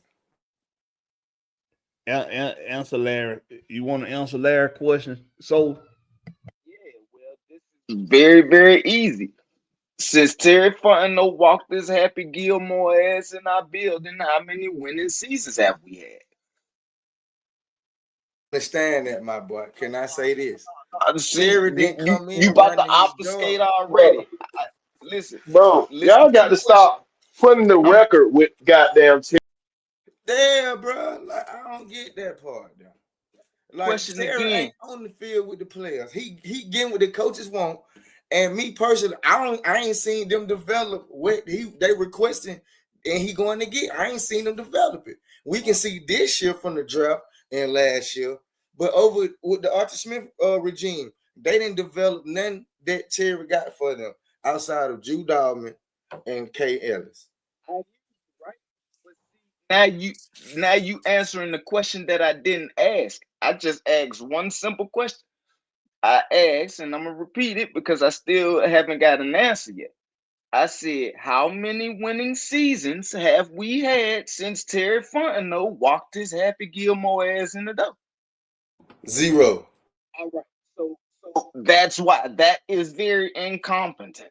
I don't care about what metric, how many excuses you try to pull and bring up and inject into the conversation. My nigga, we have 0 winning seasons since this motherfucker walked in the door. Before him, we didn't have a whole lot of winning seasons, But my nigga, we still was capable of winning. We have been capable of winning since he walked in the door. This is not speculation. This is not conjecture. This ain't me pulling shit up. This ain't me making shit up, blowing smoke up your ass. I'm just speaking you the facts. If you don't like the facts, then you should agree with me. I get your point. If this was the Cleveland Browns or the Detroit Lions, my nigga, we'd be saying, yo, bro, they're fucking trash. Them niggas ain't had a winning season in 5 years. Like, what is there left to discuss? I don't care about the coaching and the rest of that shit, because then we talking about coaching failures, and now we need to fire coaches. You're the man of the house. Your job is to protect the house, my nigga. The house ain't being protected, my nigga. We're the powder puff girls, bro. Like, we're cakewalk. Like, look at last year, bro. It doesn't matter how many if them niggas went 10-0, they could lose the rest, and we'll beat the shit out of them in the playoffs. And lo and behold, what happened last year, bro? We won all these games early. Everybody was meat hopping and all that shit, cheerleading, pom pomming. But I went on OG's show that same year prior to that year starting. I said, man, Kirk Cousins is a fucking bum. Look at his primetime record. Then they sabotaged us and gave us a shit ton of primetime games. I said this shit as soon as the schedules dropped for last year. I'm like, yo, they set us up for failure, bro. Nobody believes in us. And lo and behold, we go out there and get our asses drugged, bro. Bring in the same exact record from the last 2 years before, bro. And y'all want to sit up here and tell me this is improvement. Improvement well. Nigga, I want to win. I want the trophy. My nigga, if you come in second place, you're a fucking loser too. I don't care that you played in the championship, nigga. Did you win it? I sent you outside with one mission. Bro, go kill the nigga. Bring home the ring. At the end of the year, oh man, you know what? I had the nigga in my cross sights, man. I missed. Dude, get the fuck out of my face with this incompetent ass shit. You can't do your job, you're fired. Making excuses for it and then talk about some way he drafted better players the next year, bro. If you turn in fucking 3, 6, and 10, 6 and 11 records, my nigga, it ain't no more fucking next year. Okay, we'll let you slide with it your first year, second year, all right. By the time third year roll around, bro, this shit better be rolling. It's supposed to be this genius GM and good with drafting and getting motherfuckers. I can't tell, bro, because we ain't won more than fucking 6 games, bro, in 5 years, bro. That's 18 and fucking 40 something, bro. My bad, 24. 18, 24, 30. All right, 30. That's 30 and fucking 50, bro. That sucks. The team will be saying, making it known just how loud, bro, this shit sucks.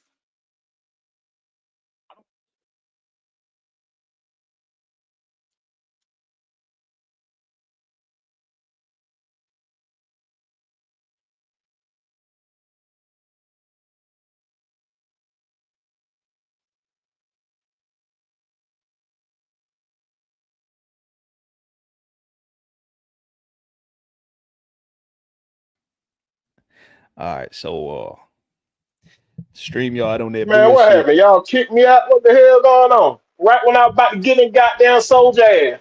StreamYard on that bullshit. But go ahead, man. Go ahead. Now I don't even know what Soldier would goddamn feed y'all ass while I was gone now. He fed them a whole lot of antichrist gospel. He probably fed them some bullshit. Name a player that this man drafted and just turned out to be straight garbage. How many times had this man drafted good players, but our coaches have not put them to good use? We got to stop putting records with the fucking GM, bro. They're not in control of what happened on the field.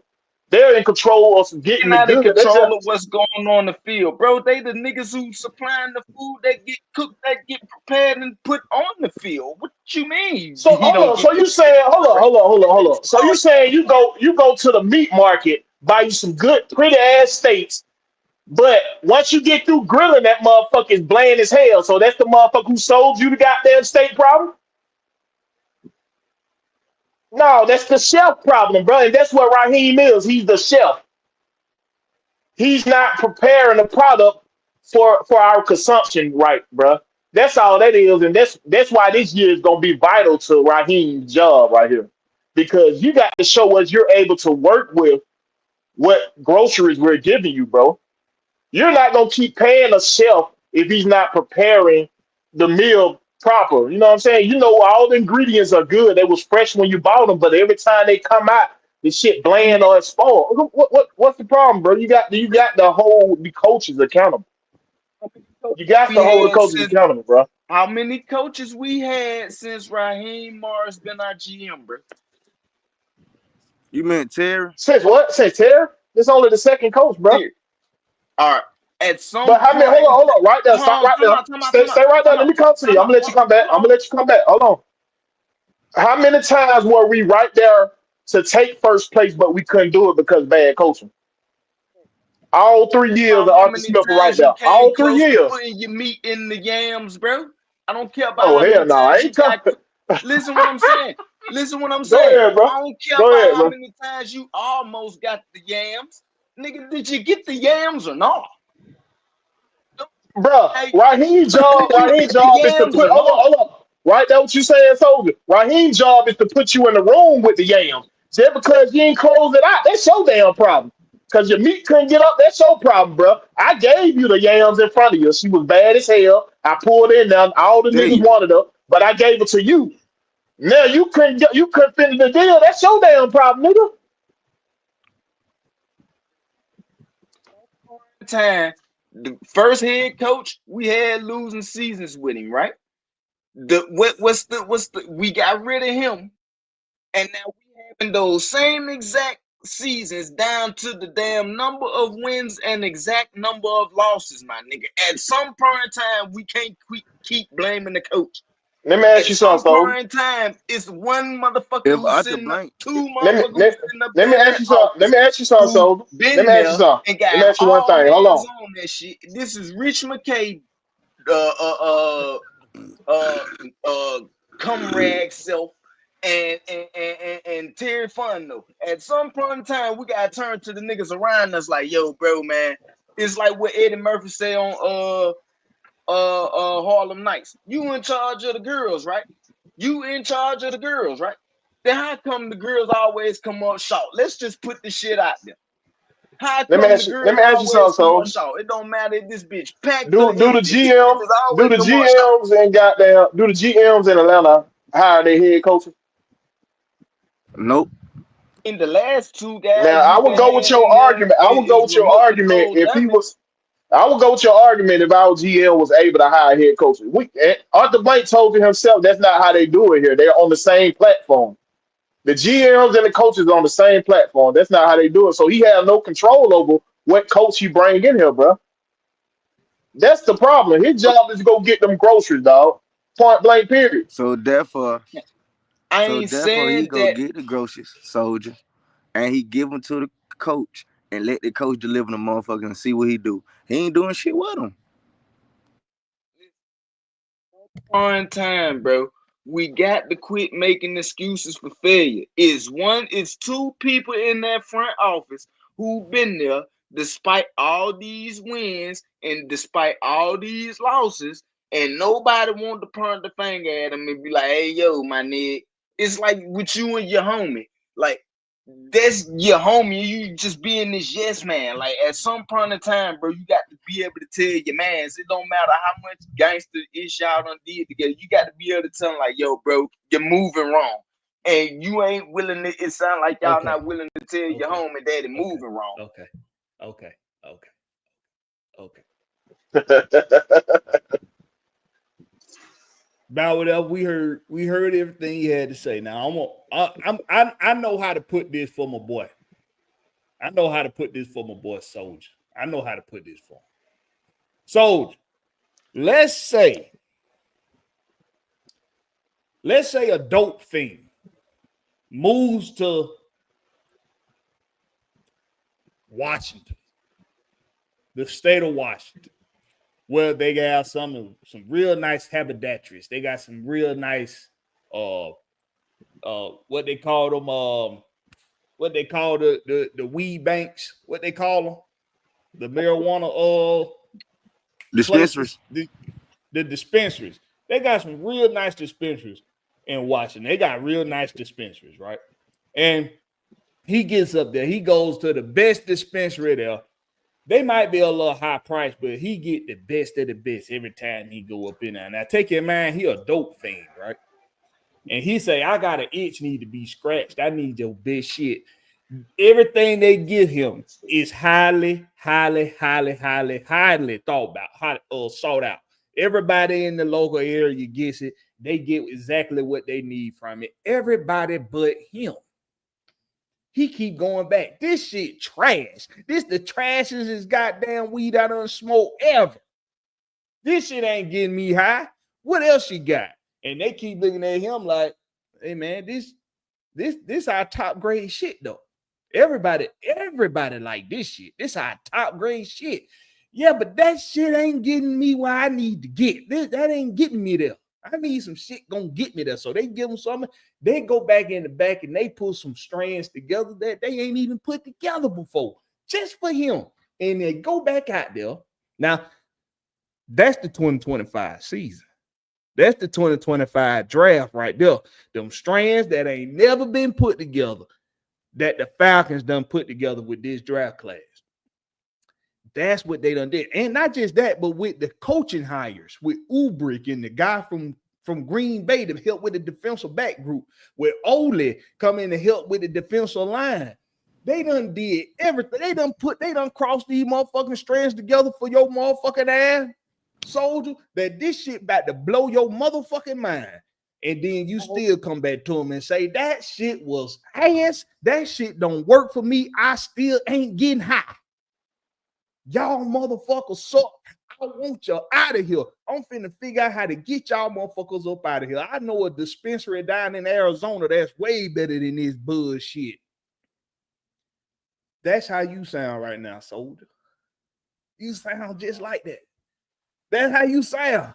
That's how you sound right now. You sound like no matter how good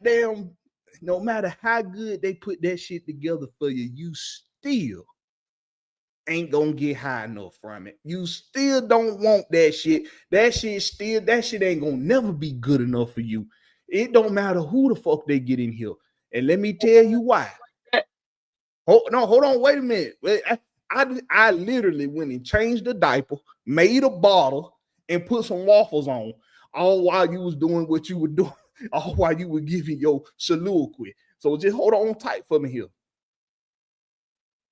It don't matter who the fuck they get in here for you. It ain't gonna never be enough.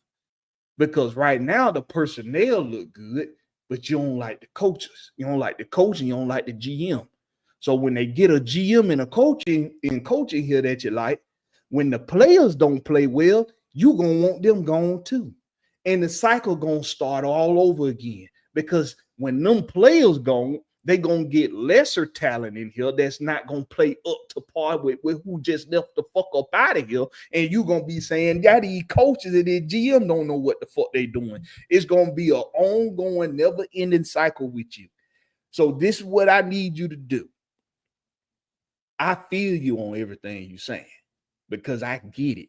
60 years. Anybody that opened up this show, when this show came on today, you saw me open it up with happy 60th birthday, Atlanta Falcons. You saw that with Arthur Blank. That's how I opened up this show.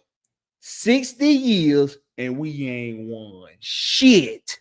And we got too many people looking and worried about the wrong motherfucking thing. But you feeling that pain. You feel that pain so much to where this ain't gonna never be good with you until we see pay dirt. And I get that because that's most of the fan base. So I get that.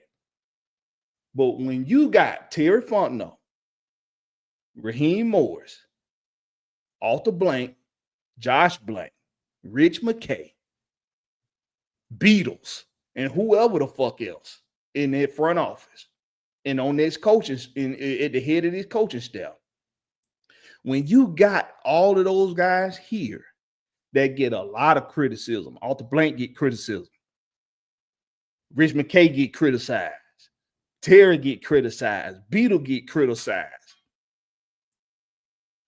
and you got Raheem getting criticized. They all right now in real time is somebody talking cash money shit by each and every last one of them names I just brought up. But even with all of those people here getting that criticism, guess what when it happened? Guess what happened? They brought in coaches that people like. They brought in players that people wanted. They brought in talent in the draft pool that people wanted them to draft. They brought in undrafted talent that people wanted them to bring in. They went and did a lot of what we wanted them to do. They went and did what a lot of what the league wanted them to do. They went and did a lot of what the media and the fan base wasn't expecting. They went and made splash moves in this draft and in this free agency. So all of those people that's getting criticized right now, they went and put them strands together for you. They went and crossed strands. They went back to the lab and they say, okay, we do got to do something different. We don't want to pander to the fan base. We don't want to pander to the media. We don't want to pander to anybody, but we do need to do something different. They are right. The fans are right. We do need to do something different. The soldier is right about whatever. He is right. We need to do something different. So they went and did something different, but you ain't going to really like it until you see pay dirt. And I get it. But this is where I get frustrated with content creators and a lot of the fan base. We can't say that we like everything that done happened under these folks, but then say, but I still don't like or trust what they do after this. If they winning, if Raheem Morris is a defensive back specialist and we went and got a defensive back arsenal in this off season, you kind of give most of that credit to Raheem Morris because he's a defensive back specialist. If we went and moved up in the first round to get 2 first-round picks for 2 guys that's supposed to be dynamic, 2 guys that's supposed to be impact players, 2 guys that was big parts of their teams being in the playoffs in college football in 2024. If we go in 2025, if we are going to give them that, if we're not going to give Terry Fontenot that credit, then I don't know what the fuck we doing. If we ain't going to give him the credit for having one of the best goddamn drafts that we done seen the Falcons have in the history of this team in 60 fucking years. He just gave you the best draft you ever had. And he did it. Even with your backup quarterback being $100 million guaranteed quarterback. Highlighted so many of the problems that I got with. No. I didn't highlight. I highlighted facts that you just don't want to agree to. That's why it's not that I don't agree with it. This shit's stupid as hell. Just let me tell you why. Go ahead. You justify me this. I'm the big dog of this of the agency, right? All right. You say, yo, bro, I need $100 million. From me $100 million. From me $180 million, man. I got my quarterback. All right, cool. Who is he? Kirk Cousins. What? First off, fuck no. Just 2 brain cells that ain't fighting for superiority. I'm just gonna say hell no. Then you turn around and go draft the quarterback, which I Okay. understand. So But if you're gonna spend $180 million, hold on. don't go and do that shit. I ain't trying to shut you up. But I got to stop you because everything I just gave you is current. Everything I just gave you is current. It's current. It's current. No. Whoa. Everything I just gave you is current. You see how you had to go back? You had to go back to 2024. You had to go back to when Raheem Morris was his first assignment as head coach. Wait a minute. You had to go back to when is Raheem Morris' first assignment as head coach for the Falcons. You had to go back to when Terry Fontenot was his first season getting the reins handed to him by the Blanks and Rich McKay. That was the first year he had full control over what happened with the draft. He got full control over personnel. That was his first year with that. You had to go back to that. Then you went back to when Arthur Blank made a decision. Doesn't even justify. Wait. Because I'm giving you the variable. I'm giving you the detail. See, you gave me the picture frame. I'm giving you what's in the picture. You went back to 2024 to a year when Arthur Blank still made a decision for this team in the offseason. It was his choice to go sign to draft Michael Penix Jr. Wait a minute. It was your owner's choice to draft Michael Penix Jr. Your owner wanted that. You said exactly what I was gonna say. Cause Arthur Blank said irrelevant to the point that I'm making. That all of that of what you just said is irrelevant to the point that I'm making, and in fact, it further helps my point. No, it don't, because the owner said he's not going through another quarterback purgatory. That Penix decision and Kirk Cousins decision wasn't even Terry's decision. It wasn't Terry's decision. It was the owner's decision. The person who cut the checks. It was his decision. He said it in his interview. That had nothing to do with Terry. That $180 million had nothing to do with Terry. He said that was his decision to get a quarterback and draft the quarterback. He said, I was not going through another Marcus Mariota, Desmond Ridder, and Taylor Heineke type season. He said that does not fall on Terry in his mind because that was his decision. That's why he went up there personally to see Michael Penix, and he gave Terry the go for the 180. So the owner, the person who cut the checks, don't even see it the way you see it because he the one that made the decision. So in your reference, that will be you making the decision, not your homeboy. I'll concede that. But seriously, if this was an interview and we opened up Raheem Morris's folder, it came across the desk. What the fuck has he done to say that he deserves to be a head coach? Anyway. Wait. No. You see? Whoa, I'm gonna answer your question. But first, I'm gonna point out. You see how you had to transition from Terry to Raheem? You see how you had to do that? Part of wait a minute. But now I'm gonna answer your question. What has Raheem Morris done to deserve a head coaching job? Backs coach. He should be coaching the defensive backs. If they demote him and let me answer your question. I got to let me answer your question. I would have no problem. Wait a minute. Let me answer your question. Let me answer your question so I can end this live before that 2-hour mark. Let me answer your question. What has Raheem Morris done to deserve a head coaching job? What is he good at? What a lot of people asking. One, he's good at coaching defensive backs. He's good at galvanizing a team together. He's a very good leader of men. That's what he's really good at. But what has he done? I will agree with you. I don't agree that he's good at galvanizing men. Because he had this is his second shot here. Whoa. This is not his second shot here. He was an interim head coach. That's not his second shot. This is first shot. Coach. Check this, but listen. Second time. What has he done? I agree with you. He ain't did enough. I didn't agree with the hiring. I didn't agree with it. But I understand it. but I don't agree. I didn't agree with it. But because he's here, I look at what he's capable of doing.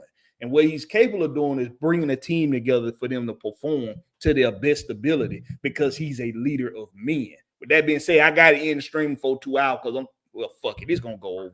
It's still going to go over. Fuck it. Let me tell you, but let me explain this to you. It's those of us that don't like Raheem Morris for this job. It's those of us that don't mind Raheem Morris for this job. And it's those of us that like him for this job. I'm in the don't mind him. I don't mind him for the job. And I don't mind him for the job because he is a leader of men. How do we know that? Because players around the league love Raheem Morris. They love it. They love Raheem Morris. Nobody on this team has said anything out the way about him. Even when some content creators and some fans tried to fish out something like Matthew Judon taking his fat ass on a betting blog site and talking about how he dropped back in coverage 60% of the time, which was false, which was not true. He didn't say Raheem Morris not one name not one time, and he didn't say Jimmy Lake name not one time. But if we had to truly dissect about when AB was in Pittsburgh, calling the defense, the person that was calling the defense was Jimmy Lake, who's not here anymore. So even with him saying some bullshit and fans trying to fish out somebody saying something negative or bad about Raheem Morris because they ain't found nobody to say nothing bad about him yet, that shit still didn't work. That shit still didn't apply. So for us to continue to try to find as many bad things about Raheem Morris as we possibly can, is to me, is I'll catch y'all boy later, man. All right with you, Larry. All right, Larry. For me, it's very hypocritical because when it was anybody else, we tried to find a good reason for them to be the head coach of the Falcons.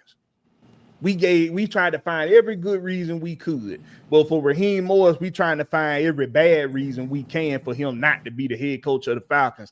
I did not want him. I didn't want Raheem Morris. Stint in Atlanta. Wait a minute. I didn't want Raheem Morris. And in a way, I still don't know if I really want him. But because he's here, I got to look at what he's doing well and what he's doing bad. What he's doing well is he at least gets these guys to play with one another and to play for each other and for the team. He'll get them to do that. He'll get them to buy into whatever bullshit that they got going on. The defense, I don't think that the defensive line yesterday with Grady Jarrett as the leader, I don't think they bought into that to nothing Jimmy Lake was goddamn preaching. I don't think they bought into none of that shit. And Terry and Jimmy Lake told on his fucking self when he took his ass in front of a goddamn camera and he let the world know that Raheem Morris took over the pass rush scheme assignment, and that's what made the pass rush better in the second half of the season. So everything when we bear it down to it, Raheem Morris and Terry Fontenot in 2025 so far are a part of the same staff that got you JPJ, that got you Jalen Walker, that got you Xavier Watts, that got you Billy Bowman Jr., that got you Nick Nash, they got you Kobe Bryant, they got you the offensive lineman out of Georgia Tech. What you say about what you say? What'd you say? Most important part, a double-digit losing season. That happened. I don't care if you got Michael Jordan, Kobe, Shaq, Elijah Wan, and T-Mac on the same team. Nigga, if you come back 3-58, I'm gonna laugh your ass out the gym. I don't care who it is. Hell, make 5 Michael Jordans and put them at every damn position. Clone them and make a new team with nothing but Michael Jordan. You come in here with a losing season, I'm looking at you some type of way.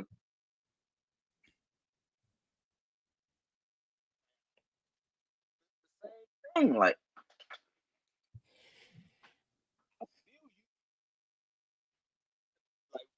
we ain't having no success, bro. Like you right now, you talking about 2025. How many downs been played in 2025? Zero. So you talking about potential. I don't date girls on potential. I don't look at a girl What and the say, yo, hell? she Yes, could the hell you potentially do. be That's the my Yes, you point wife. of being in do. a relationship, nigga. Everybody does. That's the point of being in a Everybody relationship. does. You don't know what that bitch gonna be. Everybody does. Everybody. Nigga, you get dated on potential, nigga. What you talking about? Listen what I'm saying. Now, thank you. That's why I said I'm a guy. I don't date on potential. I put yams. If I want it, I'm buying it. I don't care. Like So I ain't got so time you for so you date the girls that maybe you done games. known Like for I want years. sure things. Wait a minute, That's why I keep wait. looking back So at you 2024. That's a sure thing. so you only About date what it could girls. You potentially be. only wait a minute. So you only date women that you done known for years. Full Huh? thing, bro. What? You went out. The full, bro. I got porn stars and everything, bro. Like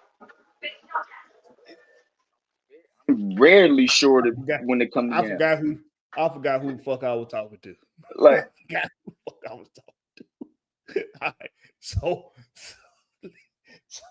we know he know who they are because he done seen they work.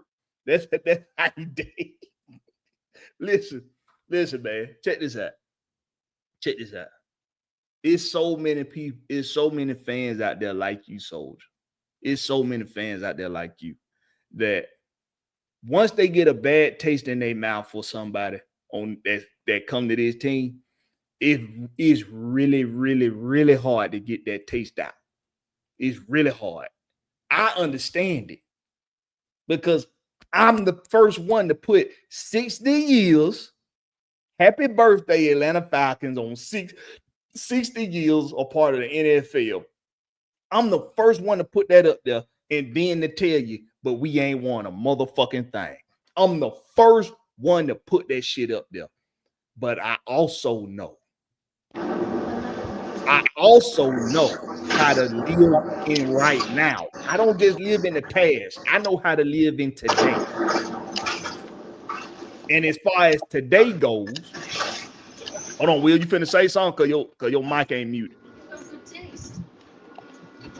Don't worry, I got you. But I know how to live in right now.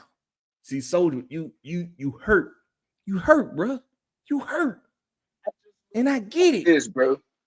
I get it. Like this stint with Raheem. We seen that when we listen, hear me out, bro. When we had him as an interim head coach, bro, we see that shit didn't work. We gave him away, and then we go back and fish him out because somebody else carried. Well, hold on, wait. We seen what didn't work when he was interim head coach.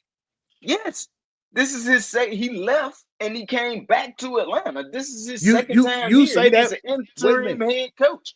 So you think that when Terry took over as interim head coach, not Terry, but Raheem, when Raheem took over as interim head coach, you think that was an experiment with Raheem to see if he could be the head coach of the Falcons? I don't care what it was. All I know is he was an interim. He was an interim head coach. He literally took over. The reason why the vice president became the president. All I know is that the vice president is the president. I don't care about why. I don't care if somebody poisoned you, ran you over, pushed you in front of the train, tap you in your head, or knock your plane off the sky. It doesn't change the fact that, my nigga, this is what happened. Soldier, he took over somebody else's team with somebody else's game plan, with somebody else's team. He took over somebody else's team in the middle of a season. At the end of a season, actually. He ain't got his coaches in. He don't have his coaches in there. He don't have his players in there. He ain't got nothing that you can tie to Raheem Morris in there at that time. Ain't no damn way you can say he a leader of men. That was an experiment. He is. He's a leader of men.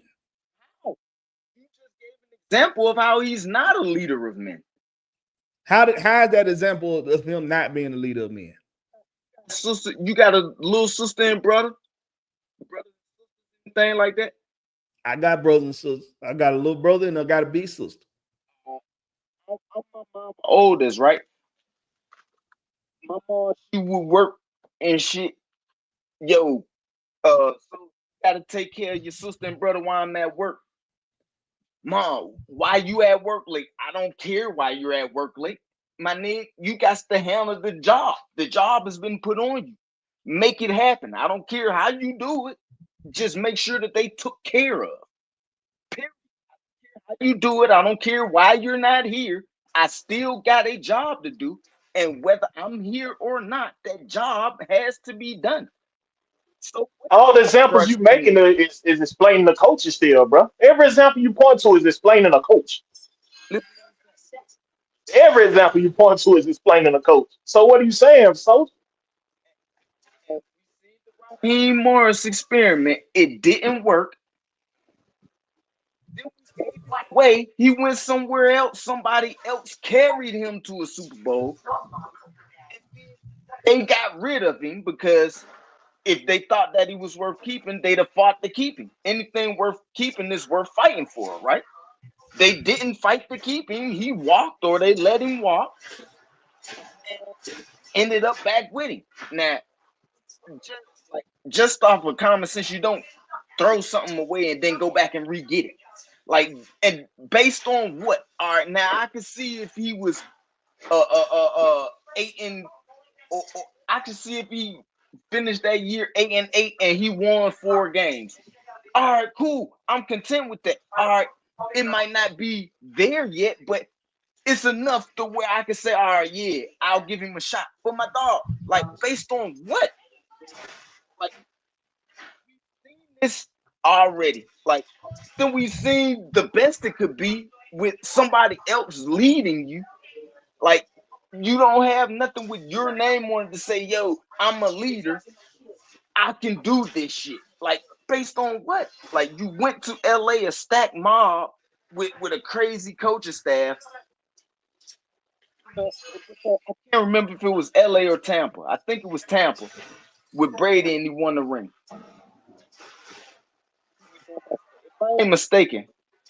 No. Raheem Moore was not on that staff. But I could be misspeaking. But you going with the Rams as the defensive coordinator.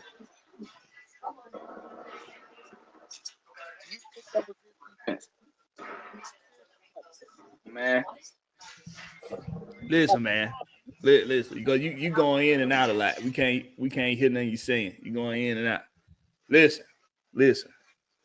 It's a lot of fans out there that feel like my boy Soldier G. It's a lot of fans out there that feel like him. But if you choose to ignore the good things and only focus on the bad things, then you're going to feel like Soldier G, because you're choosing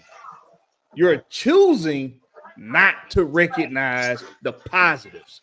You're making that choice to do that because you want what you want.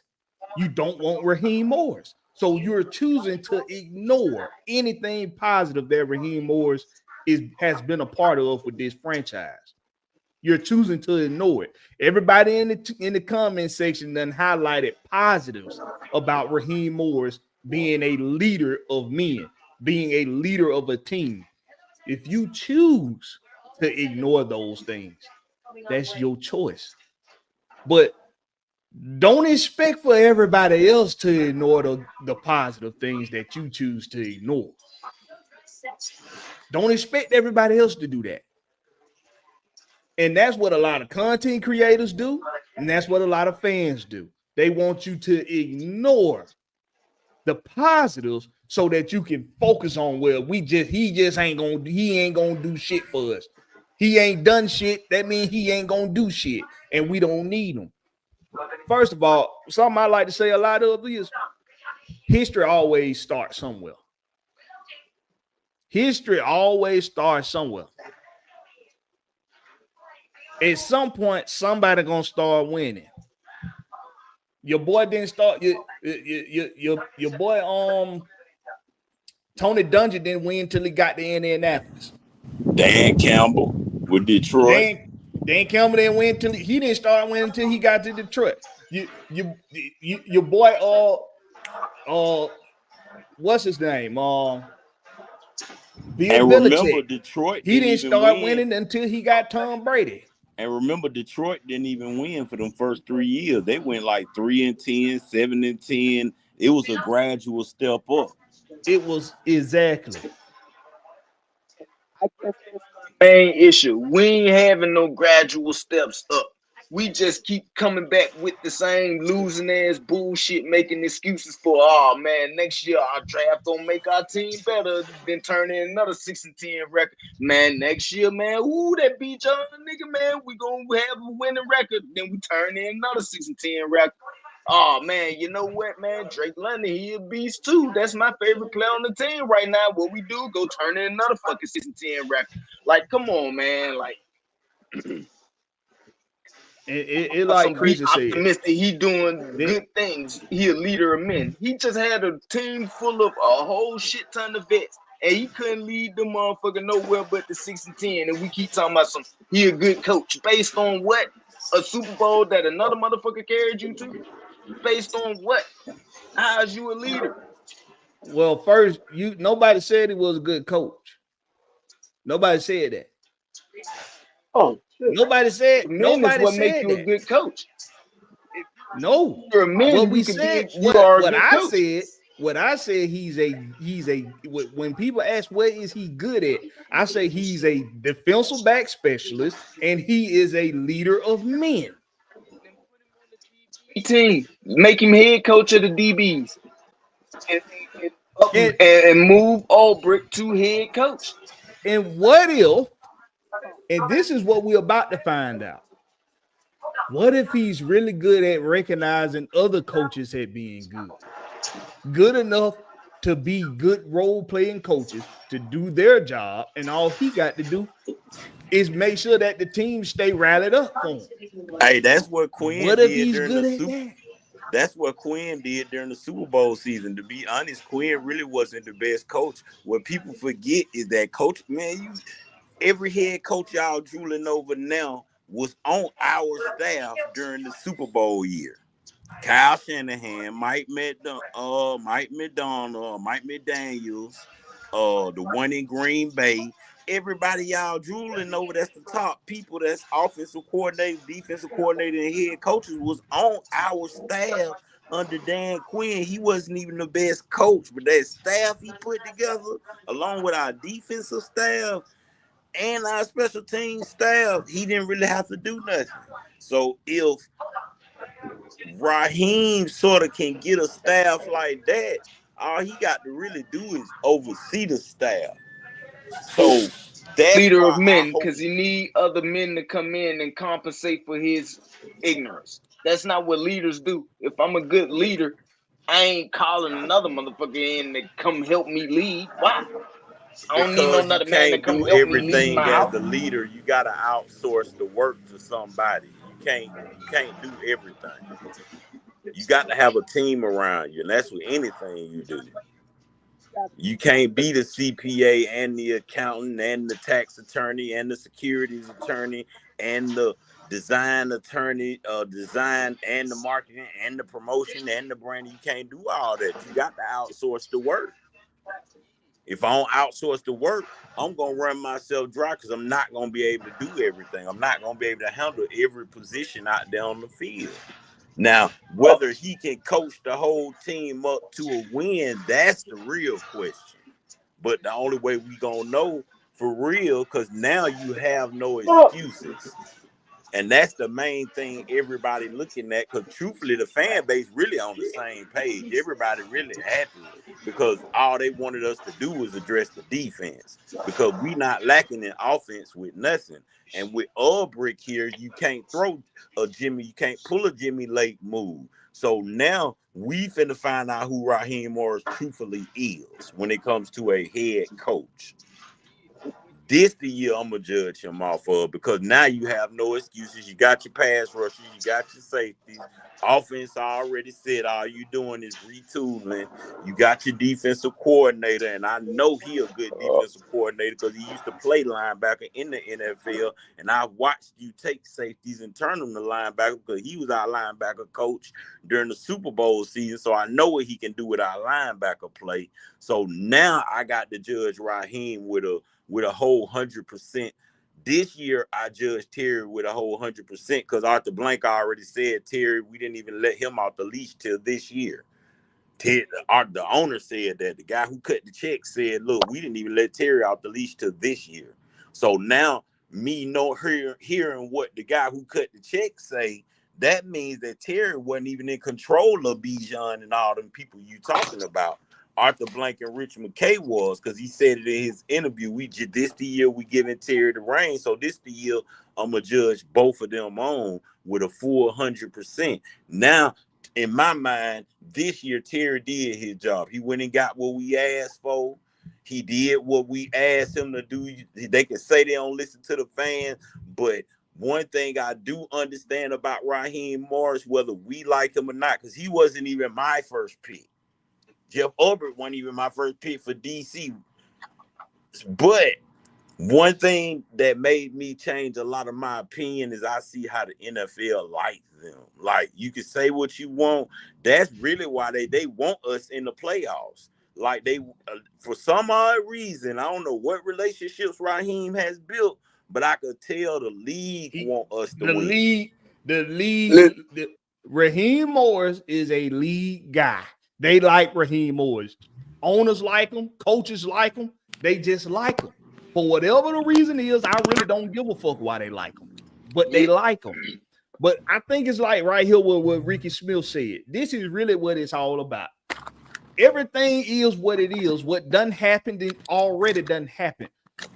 But like he say, bro, it is what it is. All I can tell you is let's see where we go in this season. Then we can talk bad coach, good coach. That's really all I'm saying.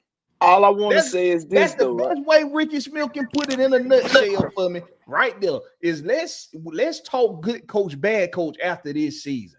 Because we ain't gonna sit up here and pretend like he the first coach that had not done well on another team, but still didn't didn't get successful somehow. Bill Belichick wasn't successful until he got Tom Brady. Tony Dungy wasn't really successful until he got to Indianapolis. We can bring up examples of hell, Dan Quinn. Dan Quinn got what Dan Quinn was at before he came to Atlanta? Seattle. In Seattle? Yeah. Come on, man. But listen, when you a leader of men, when you delegate, you can still see your work shine through. What work of his have we seen shine through to say that make him a leader of men? Well, we about to find out this year. There you go. You need to read Ricky Smith's comment one more time. Let's see what happened this season. Then we can talk good coach, bad coach. Listen what I'm saying. I'm not basing what my opinion is not based off of what may happen in the future. My opinion is based off of the 2 times that we have already seen you here. Year 1, would you say that was a failure or success? Last year, that was a epic failure. The time before that was a epic failure. Your work is your work. We've seen your work. So I don't care about what you did in LA. I don't care about what you did in LA. Only thing, the same way with Julio. I don't give a fuck what Julio did in the Tennessee Titans uniform. Only thing I care about on Julio's records is what he did in the Falcons uniform. And the same thing for Raheem Morris. You was here as a backup coach. You did it. It was a failure. You get an L. Most of us have agreed already that most of us did not want Raheem Morris as the head coach for the Falcons. So listen what I'm saying. So how can you say? So how can you then turn around and say that he's a leader of men? That would be untrue.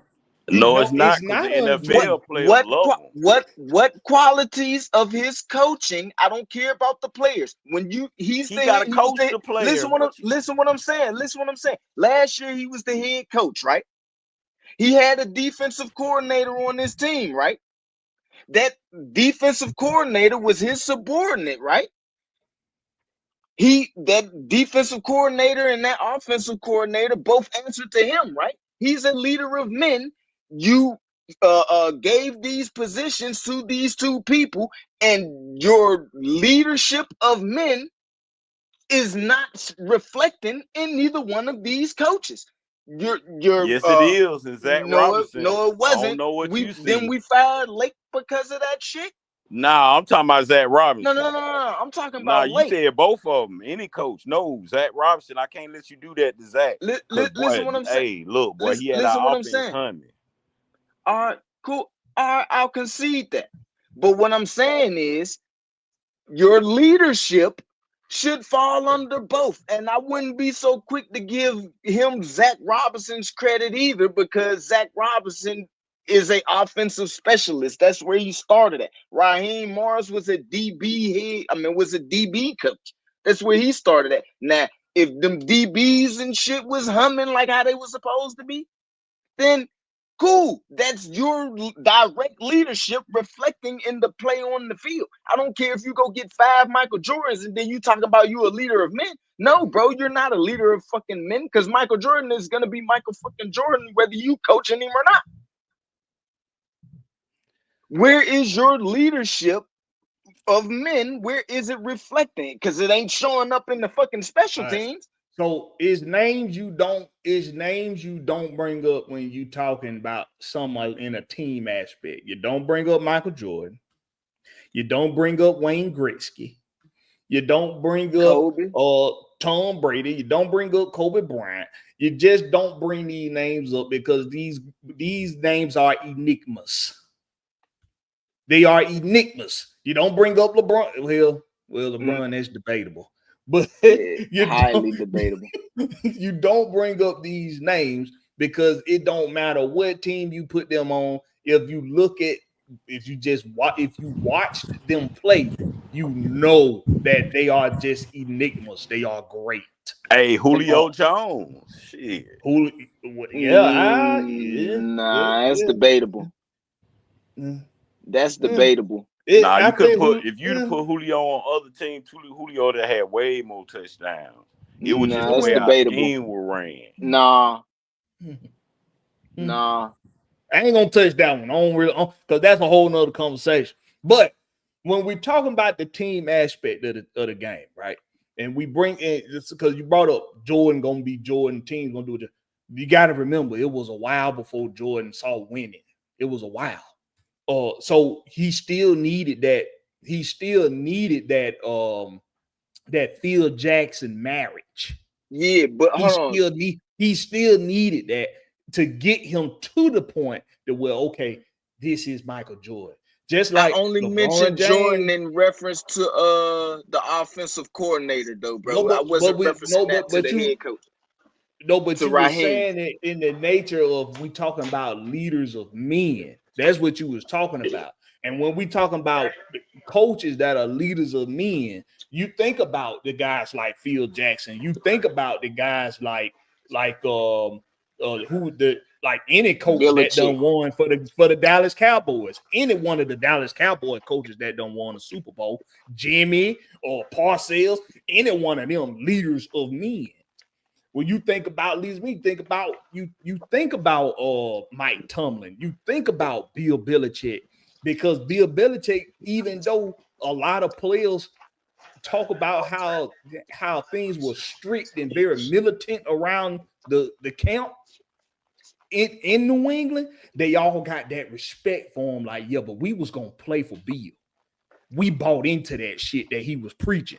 So it's about, when you're talking about leaders of men, even with a Tom Brady on that team, who a lot of people consider the GOAT, you still need a leader.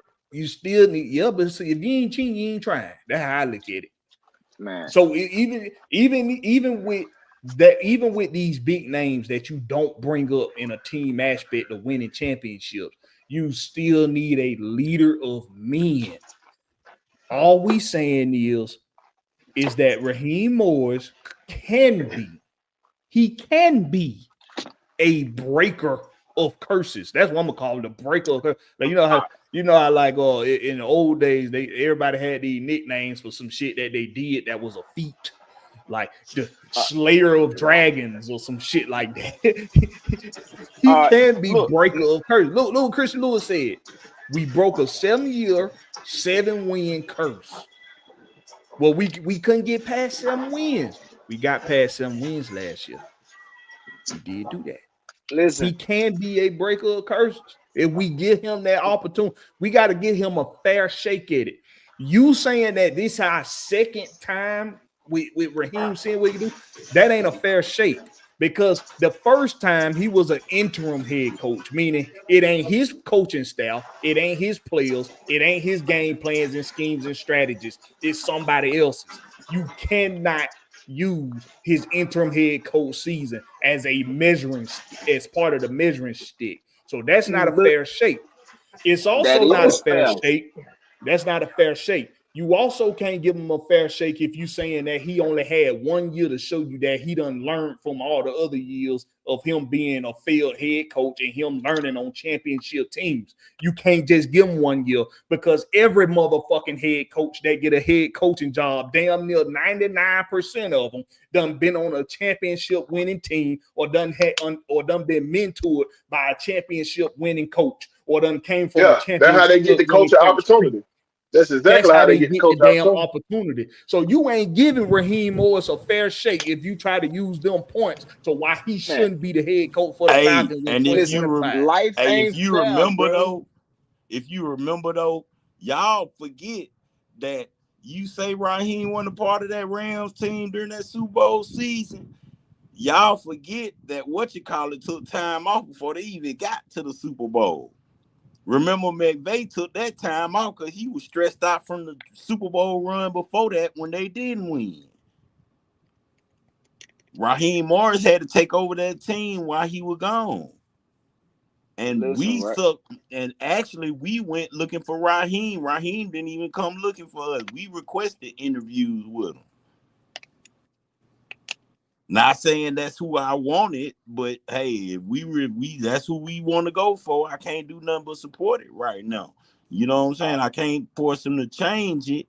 And I got to see a full season with him and Terry.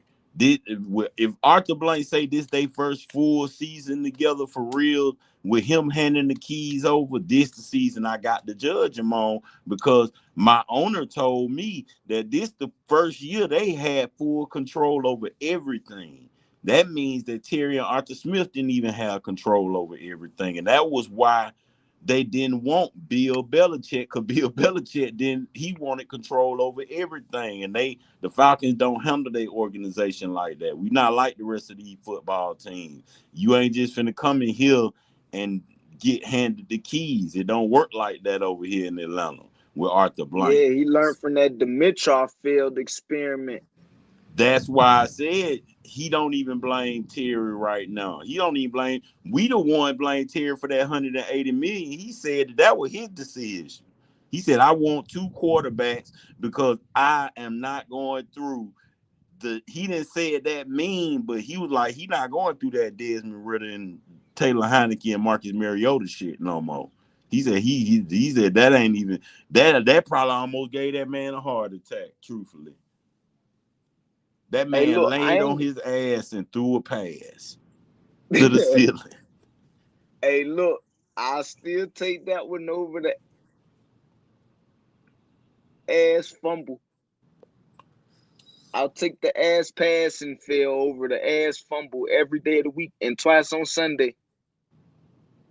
But that's just what he said. He said he wants to. And this year, I want, if you can't manage this team this year, then I got to give you the side eye, like Soldier said. I give you the side eye after this year, because I know what we got on this roster, because I got the roster in my phone and I look at it every day. Yeah. And Yeah. What you got on this roster, ain't listen, no way you should go no less than 10 and 12 Yeah. and 5, 10 and 7. Ain't no way. Listen, 10 and 7 man, is my minimum. bro, I lost 10 grand last year saying that same dumbass shit. Well, I've been losing money for years. Hold on, wait a on minute. the job. Right there. Hey, King Richard, that's it right there. That's it right there. Because I've been telling this. I've been telling this some bitch right here. I've been telling this some bitch right here. Niggas. Blakberry. Blakberry, do you know how many years I've lost on the Falcons? It's been way more than 10 bands. But I gamble with them anyway. This motherfucker. I gamble with him. Bro, I don't I'm lost saying, like I 100 gamble in the with last them since when this we nigga got Arthur Smith. building, bro. You gotta understand, I've been a Falcon fan since Chris Miller. Hold on, what you said? You lost, I've boy? been putting money on the Falcons. This ain't nothing new. You got to point the other way, Blakberry. Point the other way. He on the other side. Oh, he on the other side. No, but I don't lost like fucking I love my 100 team since this and bum my ass city, nigga so I Terry don't been on worry the about it. fucking roster. I be mad as hell, but I don't really worry about it because King Richie, you ain't lost like that some bitch soldier. You could have put $100 on every game for the last 20 years. You still ain't lost like that some bitch right there. That some bitch right there put up 10 bands a year or better. He put up 10 a year. I've been telling this crazy ass fool for years. But how long I've been telling you? That's one thing. Like 4-5 years, bro. But see, that's one thing about gambling, though. Bro, I done lost like 100 since Terry been in the building, bro. You can't gamble. I do that with poker. You can't gamble with your emotions. I don't gamble with my that's life. Gamble with my team. You can't gamble with your emotions because every time you do, that's when you lose. That's why that boy so butt hurt, y'all. That's why he's so goddamn butt hurt. Hey, because I see the problem, bro. You want to know the strange thing about the Falcons that I've always found from coming to bet? Because I spent plenty of money on the Falcons. I struck for over 10 bands when I knew Peyton Manning that, because I know football politics too. That year Peyton Manning got that last Super Bowl, I kept telling everybody that was he finna get that ring just like they did Tom Brady. I cashed out because nigga, I was upstate that year. I hit the pound, bro. I ran a ticket in the penitentiary that year when he won with Denver. And that shit was crazy, bro. I won all kind of money on that game. But one thing I started to understand about gambling with the Falcons, every time I gamble with them, they lose, right? But when I decide not to gamble with them, that Super Bowl year I won, I didn't really start off gambling with them. It took me time. But man, it's like once you start gambling with them, they get losing. But the moment you say, you know what, I ain't even finna gamble with y'all, I ain't got time to play with y'all. That's when they win. They going to win the streak. I don't do that, bro. Right now, bro. I don't do that. Right now, bro. Like, I pay this shit. Hey. Like, I pay my bills, bro. Like, man, that's Atlanta teams, period, bro. I never bet on my Atlanta team. Period. Bro, I never bet with the Hawks. I wouldn't even bet on the Braves. I ain't gonna lie though, y'all. I bet on the Braves. Nah, I ain't finna lie to y'all though. But I'm finna take a trip to Vegas in about 2 weeks. I'm taking that 7.5 over. I don't care what nobody say. I'm taking that 7. Oh, the Vegas got us at 7.5 games. Yeah, I'm taking the over. And I'm finna drop a bag on the over. Oh yeah, I'm taking that. I take that. Yeah, we're gonna win over 7 games. No, Vegas got us at Vegas got us at 7.5 right now. Now that may change. You gotta get it right now. You gotta get in there right now. I ain't gonna bet. I'm gonna get somebody else the money to bet it. Cause it'll be just my luck. I bet that shit. We win 6 games. Man, I already know I'm finna over and under. I might have to do that too. Man, I'm finna go take that over right there. I know I'm finna drop a bag on that 7.5 with Michael Penix. Man, give me that all day long. Hell yeah, I'm trying to come up on that.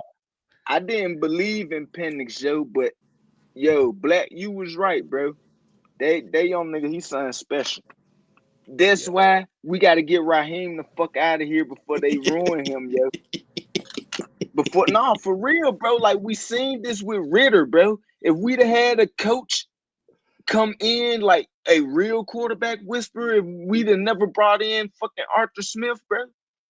The coach him, bro, like he would have developed into something, bro. Like, like you got to learn how. He's not as talented. Ritter got the tangibles, but he's just not as talented as Look, I ain't MPJ. said trying to make a comparison. All I'm saying is this: like coaches can break your quarterbacks too. Like it can make a good quarterback look like a bum. Now I will Yeah, agree with you. Like some quarterback need more coaching than others. like That's for damn like sure. and Now I that's will agree why with him on we that because got to give Raheem. We got to get him away from MJP before he ruins him, bro. because I But always felt that Arthur Raheem Smith did his fucked job up though. Will career.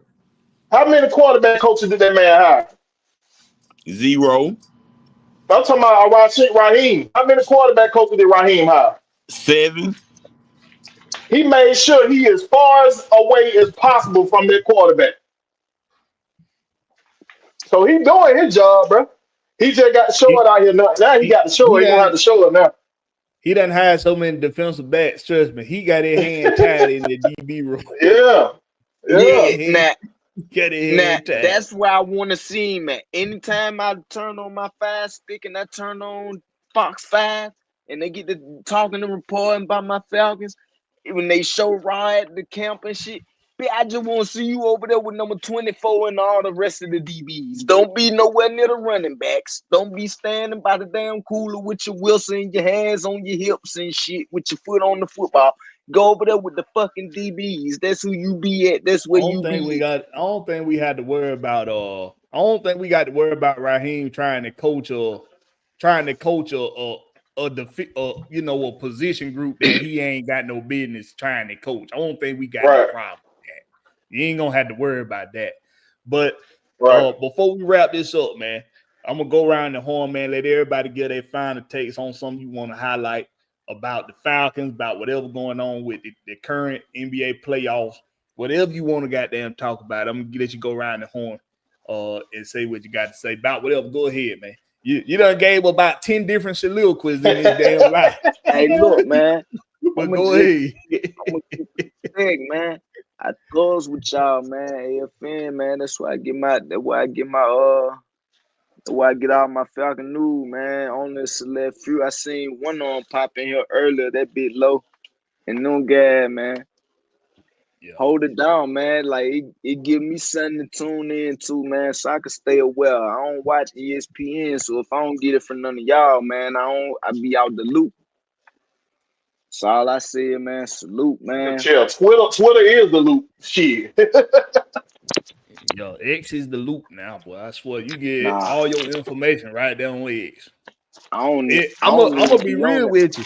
I don't have to be on there really like that because Will gonna put everything. Will is gonna post in our group chat. Will keep us informed all goddamn day. Everything going on. Oh yeah.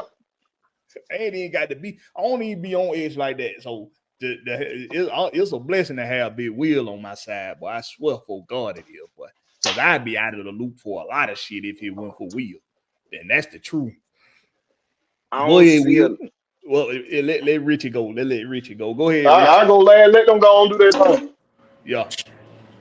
Shit, man. All I want to see, really, man, I need to see improved coaching this year. I'm not really worried about the players. AJ Terrell already said in his interview they're going to be player-led this year. I think I'm going to tell you the truth about what I really think happened last year real quick. I think Jimmy Lake broke the spirit of the whole team, not just the defense, because the way AJ Terrell was talking, he like, this year we're player-led. They're not even worried about the coaches. So I feel like if someone need to call a timeout, a player going to say it this year and step up, because you got to think, we got the most complete team almost in the league. Honestly, that's why I think the league really that's how I know Raheem has made some powerful connections, because the league like us. They wanted us to win it last year. Folks don't even know the league wanted us in the playoffs last year. That's why they kept predicting us to be there. It's just that Kirk Cousins got hurt. We ain't going to get back into that. But this year, I just want to see improved coaching, and I want to see my quarterback get out there and lead the team like I really got an inkling that he can lead that team. Like, put it like this: you mess around and let us sneak into them playoffs, bro, it's gonna be ugly. That's all I'm gonna say. Mm-hmm. Yeah, so everything that Richard just said, it's all we got to see what happened this year. We just got to see what happened. Go ahead, Big Will. Yeah, man. Like I've been screaming, dog. What's gonna determine this season is our coaching. Because Harrington did everything possibly in his power to get this team right. So if we don't come out prepared as our coaching. Remember, the name of the game is competition. Point blank, all season. That's what we think. Competition, competition. That's what we're gonna see. So when y'all go up in there, if they letting us something now this year, y'all make sure y'all watch for that competition, man. And y'all know what it is, man. Follow me on everything at Will the Georgia Reaper. You can catch me formally on Wednesday night or everything Atlanta sports. There ain't been that much news and shit, so you know what I mean. I'm popping on these guys' show, but yeah. Hey man, if y'all ain't did so, go like, share, subscribe to my page, go watch some of my old content, man. I'm telling you, we bringing it over here for sure. Absolutely. Y'all make sure y'all do that now. Make sure you go to Will the Georgia Reaper on YouTube. Hit that subscribe button for my boy. Hit that subscribe button. Maybe we'll inspire him to do more lives and to do more video because he Hey, I wish I knew how to do the shorts like that. I gotta play around with it, know how to do the breakdown short. Come on. Interesting thing, Will. On StreamYard, as long as you keep your videos under 2 hours, it'll create the shorts for you. And so how you make them do that? After you done doing your live, it's gonna have a generate short. It's gonna have like a generate little button down there underneath your video when you go in the pass and view the video, and then it's gonna have a generate button right there. You click that button 2 times, and it's gonna generate shorts, and it's gonna generate shorter videos out of your live for you. Oh, okay. So bet. Yeah. Okay. Oh, so that's why y'all keep it under 2 hours. That's why I try to keep it on 2 hours, because if I don't keep it on 2 hours, you gotta go edit it. You gotta go edit it yourself. Edit it. Yeah. So I gotta edit it to where I can break it up into shorts. And just to avoid doing that, I'm lazy. I got too much other shit to worry about to be trying to do that. But I do it this time. Hey, ain't about being lazy. We out there on the block. we be out there on that block, but y'all just don't know. But we be on that block. But hey man, y'all make sure you tune in, hit that notification bell so you can know when fans speak, which we didn't do this week because yesterday was a hectic day. I still ain't got my fuel pump put in my truck. I got to go get my fuel pump so I can put it in my truck. Still didn't do it like I was supposed to do yesterday, but I'm gonna get around to it at some point, I guess.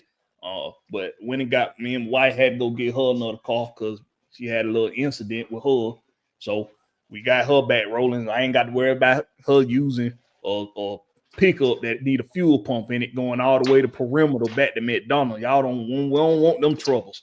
So I had to get that straightened out yesterday. So we didn't do a fan speak, but that's why we dropped the link today on Let's Be Clear, so we get a fans opportunity to come on, speak their piece, do their thing. Y'all make sure you hit that notification bell so you can know when we do these morning lives that this one done bled over into the afternoon. But when we do these morning lives, hit that notification bell so you can know when we do that. Thursday to tomorrow, Thursday, what the day is? Wednesday? Yeah, the day Wednesday.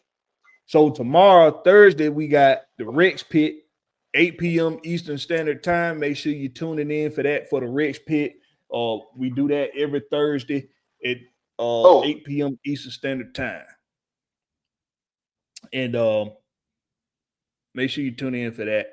And y'all just continue to support your boy. We're going to get the following back up. We're going to get the views back up. And we're going to be able to bring back segments like Bring It to the Pit on the rich pick, Yeah. man. We gonna be able to do the damn And thing. some more news gonna start popping up in a minute. So y'all will be seeing me more.